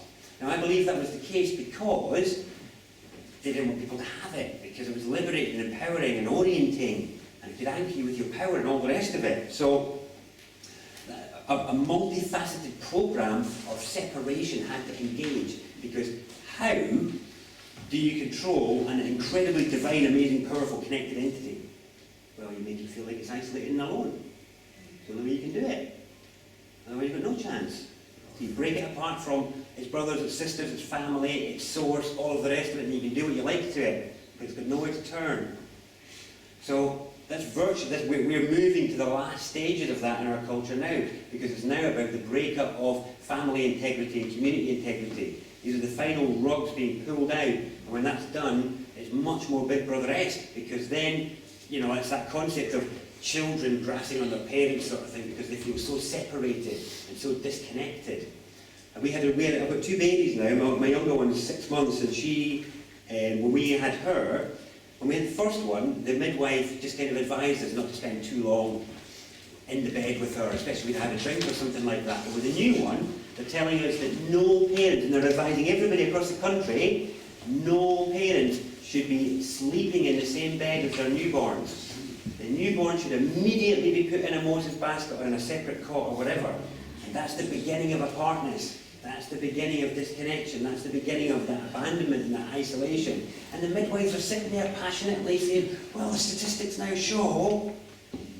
I'm sorry, but bollocks to that. That's just rubbish. Absolute rubbish. You know, it's nonsense that we should be separating our babies from their mothers. That is just insane. There was a famous woman who did some touring in South America, it was, years and years ago. And she noted that in native tribes, the babies didn't have all these screaming hissy fits that all these Western kids were having. And she wanted to study why it was. And she noted that for them, it wasn't until at least 6 months old and older that basically the baby was never put down. They were always connected and strapped on somewhere. And these babies were content, they were self-assured, they were all these things, but as soon as you take them away, what happens to the baby? You know? It's incredible, that abandonment. So that's how powerful a thing we're dealing with in terms of how engineered it is to make us feel separate from our source and each other, because otherwise, you know, we're rocking, we're amazing, that's the point. So anyway, this aspect here was about separation. So, what I believe in wars of the word, I believe there were wars of the word because the actual word, the one I'm about to draw here, is unspeakable. It is unspeakable, it is the unspeakable. It's to refer to the unspeakable because it's about the universe. And the universe is something that you are in, as with. You're not, you can't say it. It is the universe, the one verse. You can't speak it, you know. Then you would be the great I, wouldn't you? And this is that great, I think there's a great prophecy in Daniel or somewhere like that about the fall of Babylon, talking about the man who would seek to make himself as the Most High. And to me this is very much about seeking to believe that we could utter the word. You know, seeking to believe that we could utter the universe. You know? We are microcosms of the macrocosm, so we have our own speakable version of the word, which is the word good. That's our speakable version as a human animal. That's how we refer to the universe, and that's how we can experience it and relate to it and have fun with it and play in it and play with it and play as it by realising we just all goo banging into other goo. It's great, you know, it's fine. But as soon as we start to introduce any hard and fast lines on that, it gets a lot worse. So anyway, the point is that this situation here, this God situation, this is about the story of Arthur and the sword and the stone. Because the legend is, what did Arthur do to become one with the land? What did he do? For the king and the land to be one, what had to happen? The sword of Excalibur. The sword had to be taken out, that's right. So the legend says it was only after that point that the king and the land were one. What does that mean, the king and the land are one? It's an incredible thing. What it means is we are inseparable from our environment. That's what it means, we are one with the land. You know, I am one with that which I am in. This is the land and me. You know, and it is inseparably connected to the environment. But I'm not fully one with it because I'm not fully here yet. I'm still coming. I'm still arriving. Same for all of us. So we're still in the arrival process. But the myth is all about, has ended up with this space, this void, this gap. So there is a shape that has turned up in our culture in new generations that is very new and it's related to some of the shapes I drew over here. Okay? And the shape I'm referring to is this one.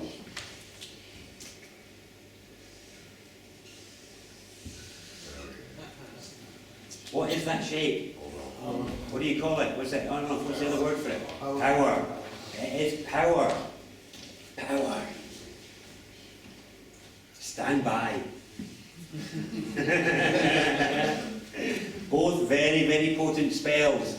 Stand by. This is about the line penetrating the circle. This is about the return of the line, the return of the men. But it's also about the man within, all of the maleness within women as well. It's about the return of the masculine. So many people have been talking about the return of the feminine, the sacred feminine. Yes, absolutely, but the sacred male has been so demonized and bullied and absolutely castigated in the last century that generations of men are growing up terrified of their maleness. They're terrified of their masculinity. And every time it seeks to express itself, they end up having to go into controlled venting outlets, because otherwise they get completely bullied. This is what the collaring is all about. The collaring is all about the fact that as soon as a man tries to show any forms of the infancy of true masculinity, which then manifests on the negative poles first, so it always comes out as the negative poles first, everything does. So as soon as they start to show, they never get a chance to mature, because everybody jumps on in judgment. Everyone jumps on in judgment, and then what ends up is the men get kept in their boy. This is the archetype, by the way. The archetypes are, the men get kept in their female, which is the boy. So they're kept in boyness, because if you've got a bunch of men walking around, you're not going to have a state. That's for sure. This is the point. This is the point of the top mammal again. So stand by. Okay? So this is the process that's taking place now. So this is about the penetration of spirit into matter. Because this is about matter, it's about form. This is the first world of form, which is the solar aspect. So the solar aspect of the soul. So I put soul here. And I could actually just do this, and we'll say soul, soul. So sun, soul, same thing, referring to that. Here, what I'm going to draw now is a new character for you.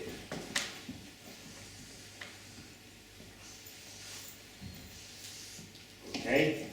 So, this character here, this is now the complete word. Before it was incomplete, now it's complete. Now, this is about the orientation of the Holy Ghost. It's not about the mother on its own, there's more to it than that. It's not just about female, there's much more to it than that. This is about polarity. It's about the up, the down, the left, the right, MEST, matter, energy, space, time. This is about the manifest side. So this overlays with this in different ways. And overall as a word, this is about orientation. This is about where you are, cosmically. So in the cosmos, spiral galaxy, solar system. This is about the human form. Man was made in the image of the Word. This is about the image that we've been made in that respect, with our galactic aspect, our solar aspect, and our manifest aspect. The manifest aspect is split in two. How many eyes have I got? 2. All right, sorry, hands. How many hands have I got? How many feet have I got? How many legs have I got? Yeah. Thankfully, I don't have to wrestle with the struggles of the wasps and the spiders. Yeah, absolutely. I don't envy them. This here, so the sword and the stone aspect of this is about the desire to speak the word. But it's also about the dismissing of the unseen. Because what this shape, what this character conveys, is that this world, which is the lower world, is comprised of the seen and the unseen. The manifest and the unmanifest, the up and the down, the left and the right, the hot and the cold, the in and the out. And it's very, very mixed up. The other primary thing that this is actually about is this is about balls. It's about balls. Ovaries in the women and balls in the men, but it's because they are the way in. And actually our capacity to express ourselves and to stand in the role as our own ruler is about our balls. And it's about whether you can stand in your power of your own internal truth, of your own internal line drawing, your own internal story. And it's the same for men and women alike. And it's about the power to do so. And actually, the power to do that is stored in your balls. in your ovaries, in your gender.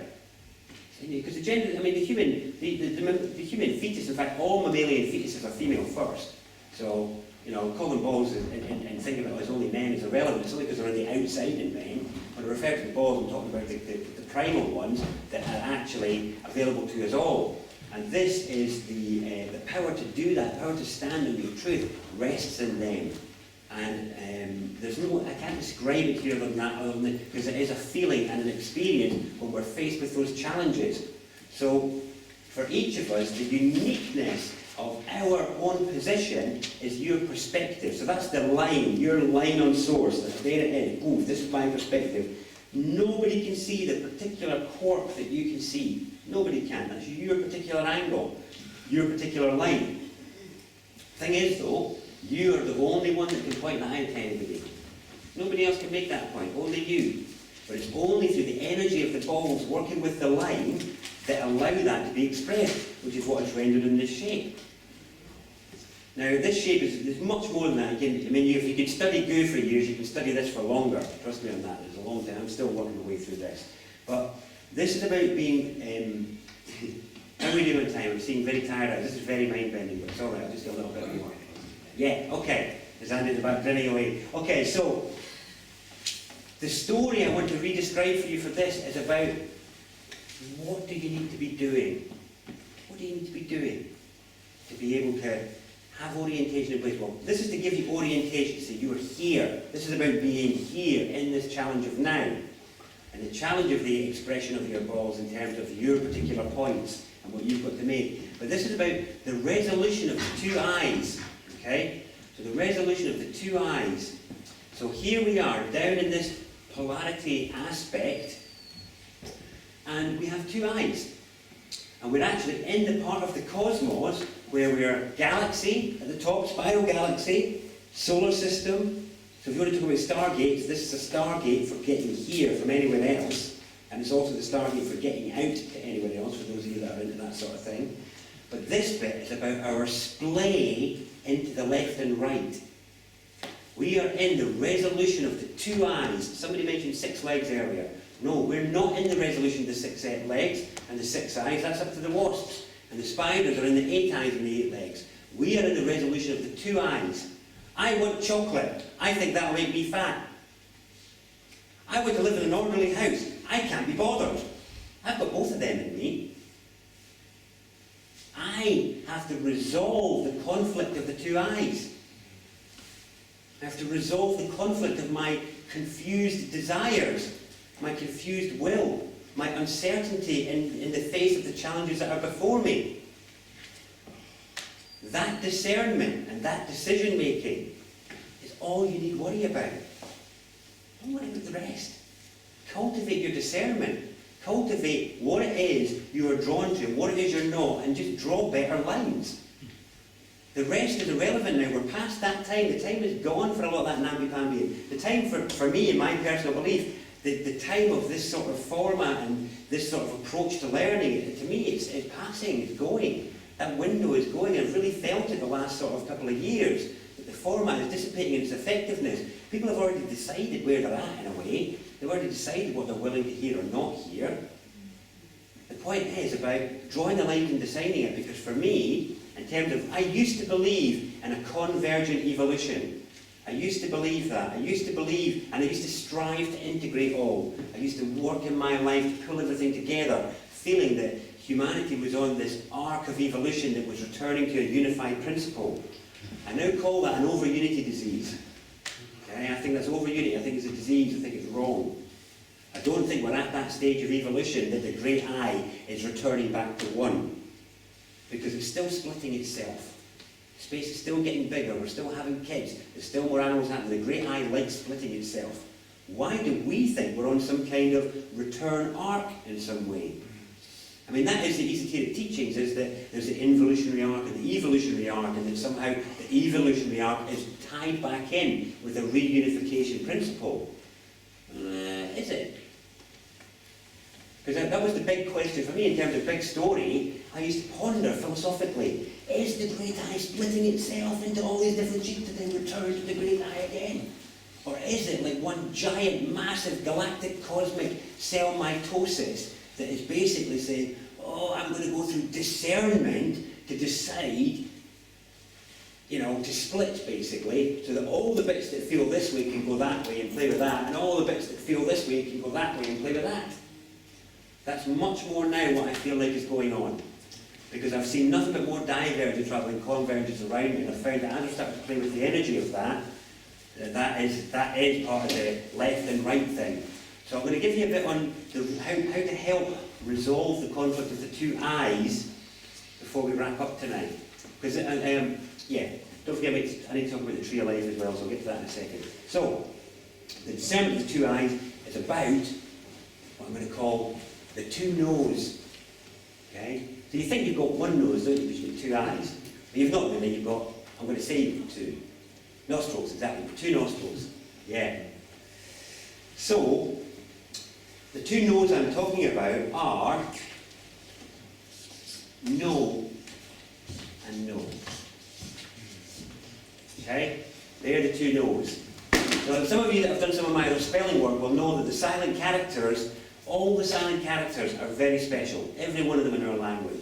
There's none of them that's an exception to that. This is an important spell because it's got two silents in it.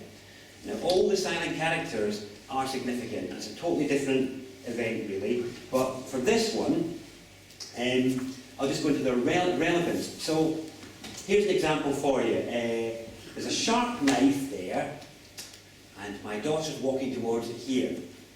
I can say, no, sharp. Or I can say, no, sharp. Do you see the difference there? No, hot. No, hot. The energy of the two of them is completely different. One is an absolute arbitrary line that doesn't exist. Okay? The other one is about experience. But these two are firmly related. This is the masculine, this is the feminine. So the no, the drawing of the line, masculine. The one about experience, the spectrum of experience, is the feminine. So, my daughter is a funny one with the fire because I can say no, hot. And then in the morning she'll look at me slyly and go put her hand on it. It's not hot. It's only hot in context, isn't it? She knows that. That's why she plays the game with me. So the difference of saying to know hot is we're saying explore concept, but be warned. What you're about to experience may be hot. Now the point for us in our life is how we use these. Because there are things that you know you need to be doing or saying, but often we don't say this enough. This is normally related to vice and indulgence and habit. We know we need to be making a change, but we don't say this enough. We don't assert our bow, we don't assert our line drawing. We don't say this enough. When other people invite us into their reality, or invite us to buy into the consensus, we don't say this often enough. And other times, we say this too much out of fear, and we starve ourselves of knowing. We starve ourselves of the experience of knowing. And the balance of the two eyes and the two no's and the struggle that we have is to balance our knowing with our knowing. Because that's how you draw lines, that's how you create boundaries, by saying no. You want to come to this? No, thanks. Do you want to do that? No, thank you, I'd rather not. How many of you have ever been dragged into doing something you don't want to do? Yeah, there's a lot of agreement and consensus on that one, isn't there? And it's because we just don't say it enough. And it's because of the courage. Now you think about how you feel when you're about to say no with somebody like that. Okay? And that's normally with like a friend that's inviting you out somewhere, or somebody's just asking you for something. So there we are with people we feel safe with, and people that we have an established relationship with, and we still can't muster up the line to say no. How difficult is it on the larger questions? It's massively difficult. Massively. This is how much our line drawing power has been severed and hacked and all the rest of it. So cultivate the playing of your two no's with safe and easy friends first, but to cultivate the feeling, because there's an energetic feeling in the body that will put you in touch with what I've been alluding to tonight, that you can then work with. And it will bring about greater presence. This is about becoming present. This is about arriving. This is about being able to penetrate the substantive environment with your beingness and express it. So all the stuff we've been talking about, if you can just practice it in little situations like that with the yes, yes, no, no thing, and just see what happens, just to play with it. Because all we're doing here is resolving the conflict of the two eyes. This is it. Yes? I was just it's like when I do a notice. Yeah. It's like notice, or know this. Well, you could, yeah. The notice is a totally different one, though. Yeah, I do know. Do you want to know the notice? Do you want something to play with for the notice one? Okay. Totally different to this, right? But it is useful. Obviously, we're in a different context. We're meant to live in a justice system, aren't we? Okay. I'm ordering just ice, please.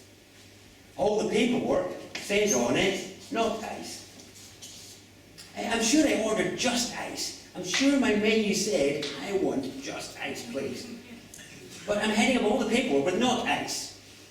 So all the paperwork you're sending me is not ice. So excuse me, I'll just return that and say, I'm sure the order said I was looking for some just ice here, please. And I think it's a spelling mistake. We're absolutely scuppering ourselves on notices.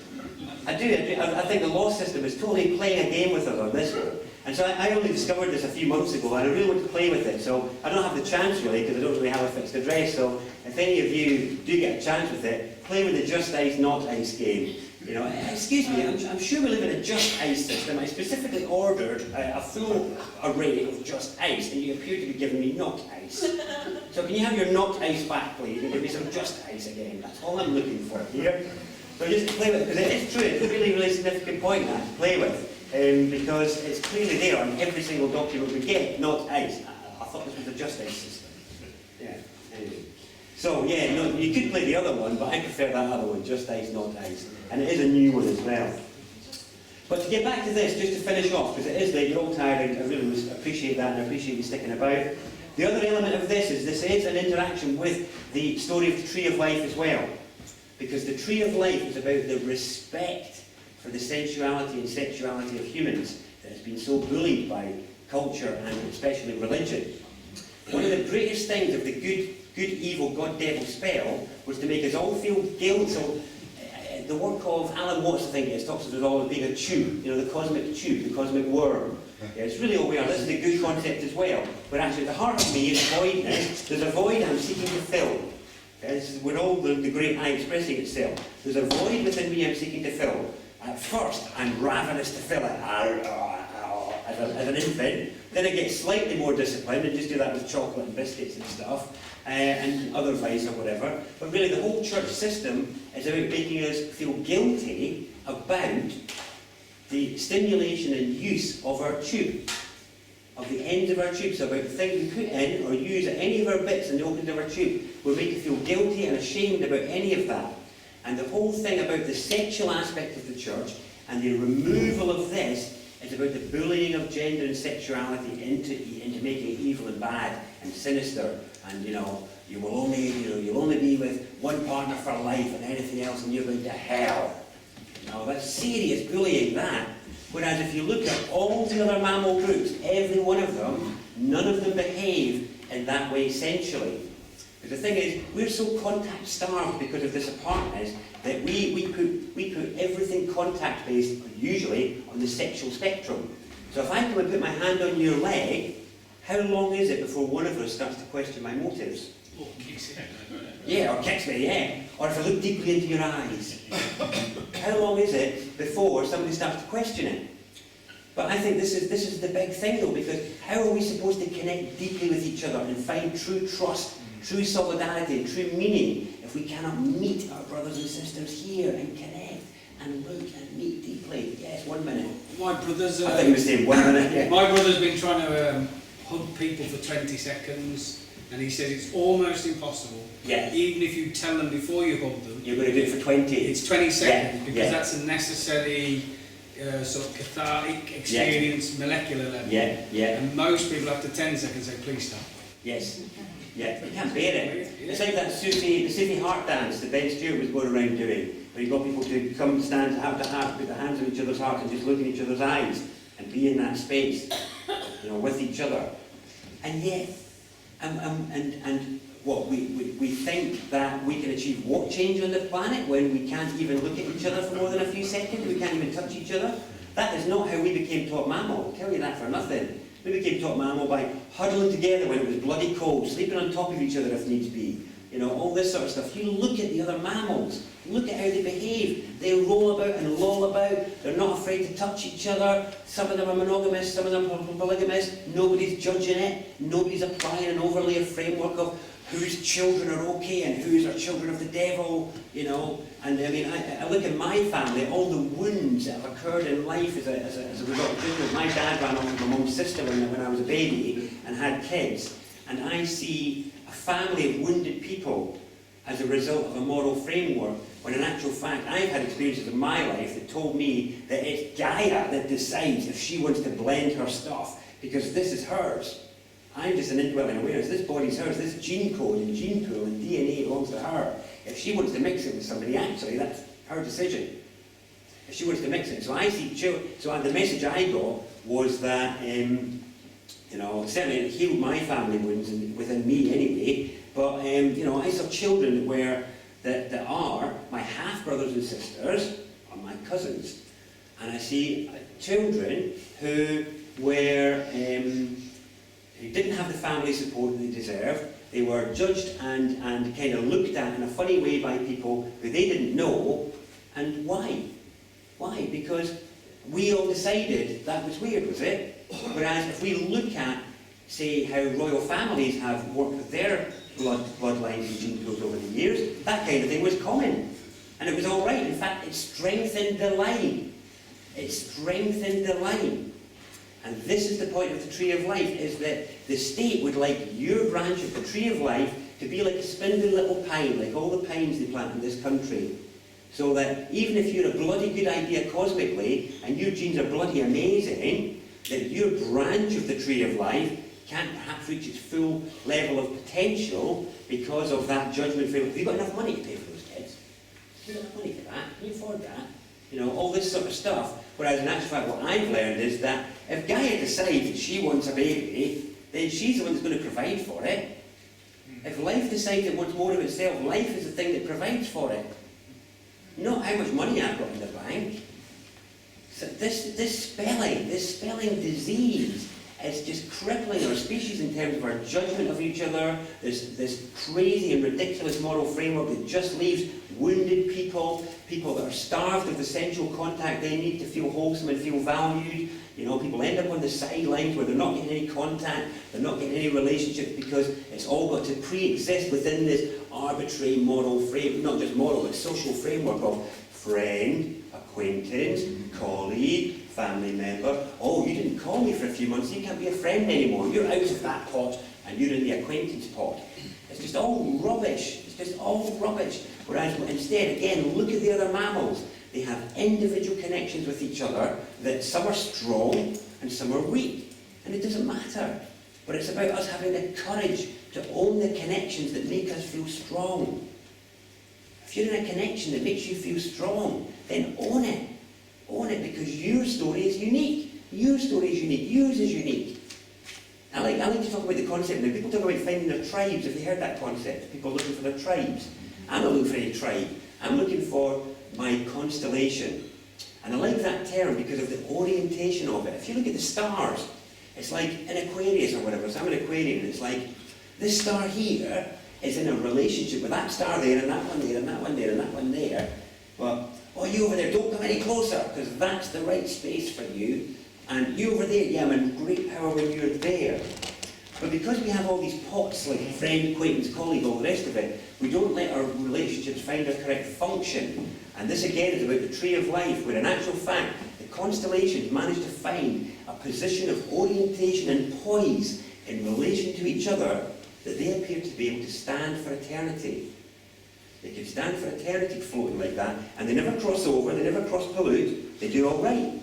But some constellations are a constellation of one, some are of two, some are of 240,000. There's no rules, it doesn't matter. And we're built like that. But we can't own the power of our own relationships unless we can celebrate our uniqueness. So some of you might be standing there as a solo individual on the planet, judging yourself for not having that happy relationship, when in actual fact, you might have been built to be exactly that, and to blaze like an individual sun. Some of you might have been built to be in binary. Some of you might have been built to be in that pack like lions on the savannah and have 8 of you all rolling about each other. I don't know, it doesn't matter. But the point being is that ability to even explore that spectrum of your connection with each other is the bit that has been bullied to the point that we can't even hug each other for 20 seconds or look each other in the eye for more than 12 without it suddenly meaning something else and us attributing a different scale to it. So the idea of this being about the tree of life is also about balls, but it's about the sensuality of our interaction with each other, our contact, our feeling spectrum, the feeling spectrum. And the only reason we confuse feeling and contact with sexuality is because we're so contact starved that when contact does occur, it triggers us on a sexual spectrum because we're so starved sensually. Does that make sense? It's an incredible thing. Whereas instead, if we get a chance to meet with each other and have encounters in safety, goodness me, the state of connection, relaxation, relief, mutual affirmation, all sorts, it really is a healing balm that is available to us with reorienting ourselves, telling a different story.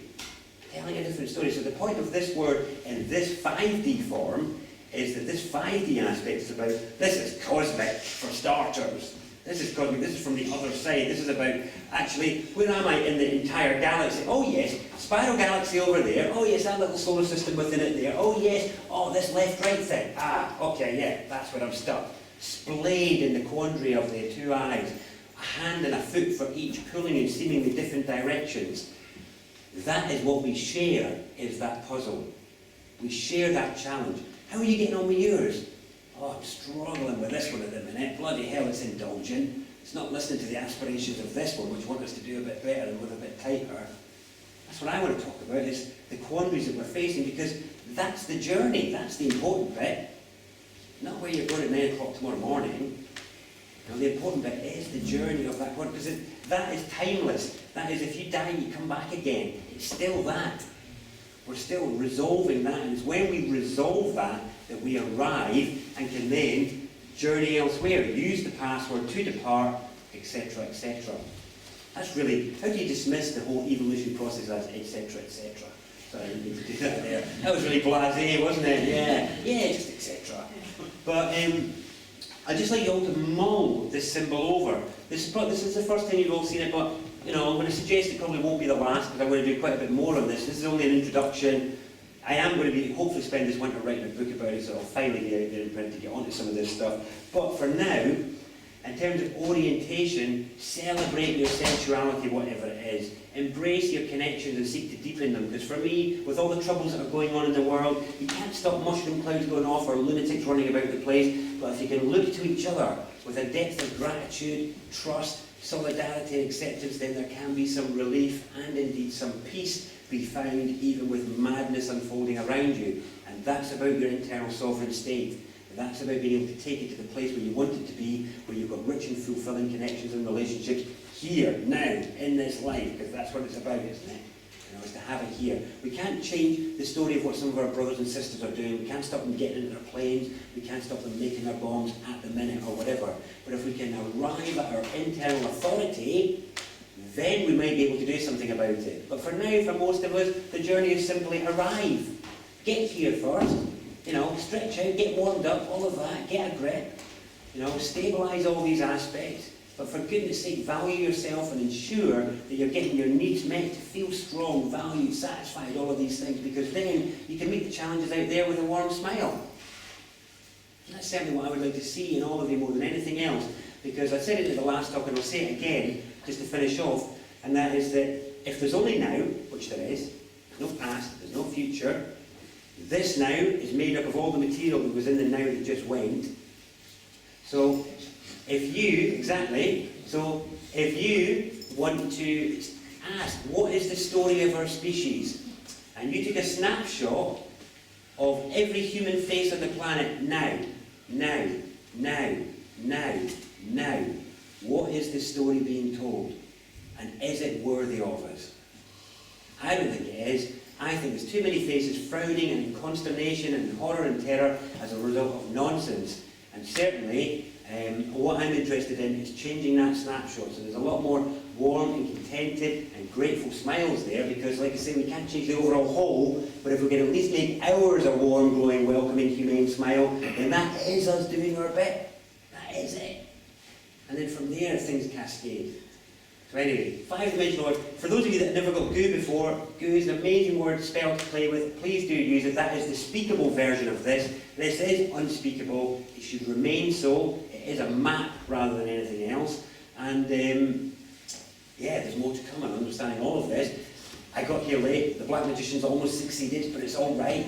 You know, things are okay. Thank you very much for your time and attention. There may be more of this on YouTube in the future. Well, there will be. But my website is alternativeanswers.net. If anybody's interested in the goo concept, I've got a goo booklet here. I also have a booklet, that sound booklet that was going around. Can I have those two back, please, as well? That comes with a sound CD. I know half of you people have already got it, actually, but if the rest of you are interested, please come along. It's a working CD for using sound to transform state. There's that term again. And I don't know if we've got time for questions, but I would say let this sink in, let this digest, let it digest vertically, overlay it on your awareness, because this is about becoming the word and what that means, because it is about a word becomes a ward, you know. So we have this thing where we fall over, we trip or have an accident, don't we? And we say to each other, onwards and upwards, don't we? Onwards and upwards. Well, let's look at that as a spell just for a second. Onwards, upwards, toward, forward, reward. And what is a ward? It's a space of safety. It's a place of safety and a sphere of protection. It is a ward. So it's in a hospital, place of safety there, a place of healing. And a ward, in terms of a magical sense, a ward is an arena of protection and safety.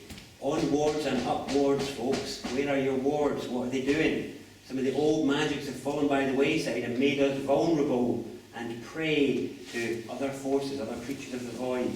And this is what it's about. So get your wards up. If you can use either goo as a ward or visualising the unspeakable here, that would work, and the nameless one down here. But visualising these can work, but it's really more about you cultivating the power of your own balls, cultivating the power of your own eyes, cultivating the power of your nose and of your line, because these are the swords and the shield of your beingness that can keep you safe, because you are an indomitable kind of entity of the universe that has been built with incredible capacity, and you're only vulnerable as long as you believe you are.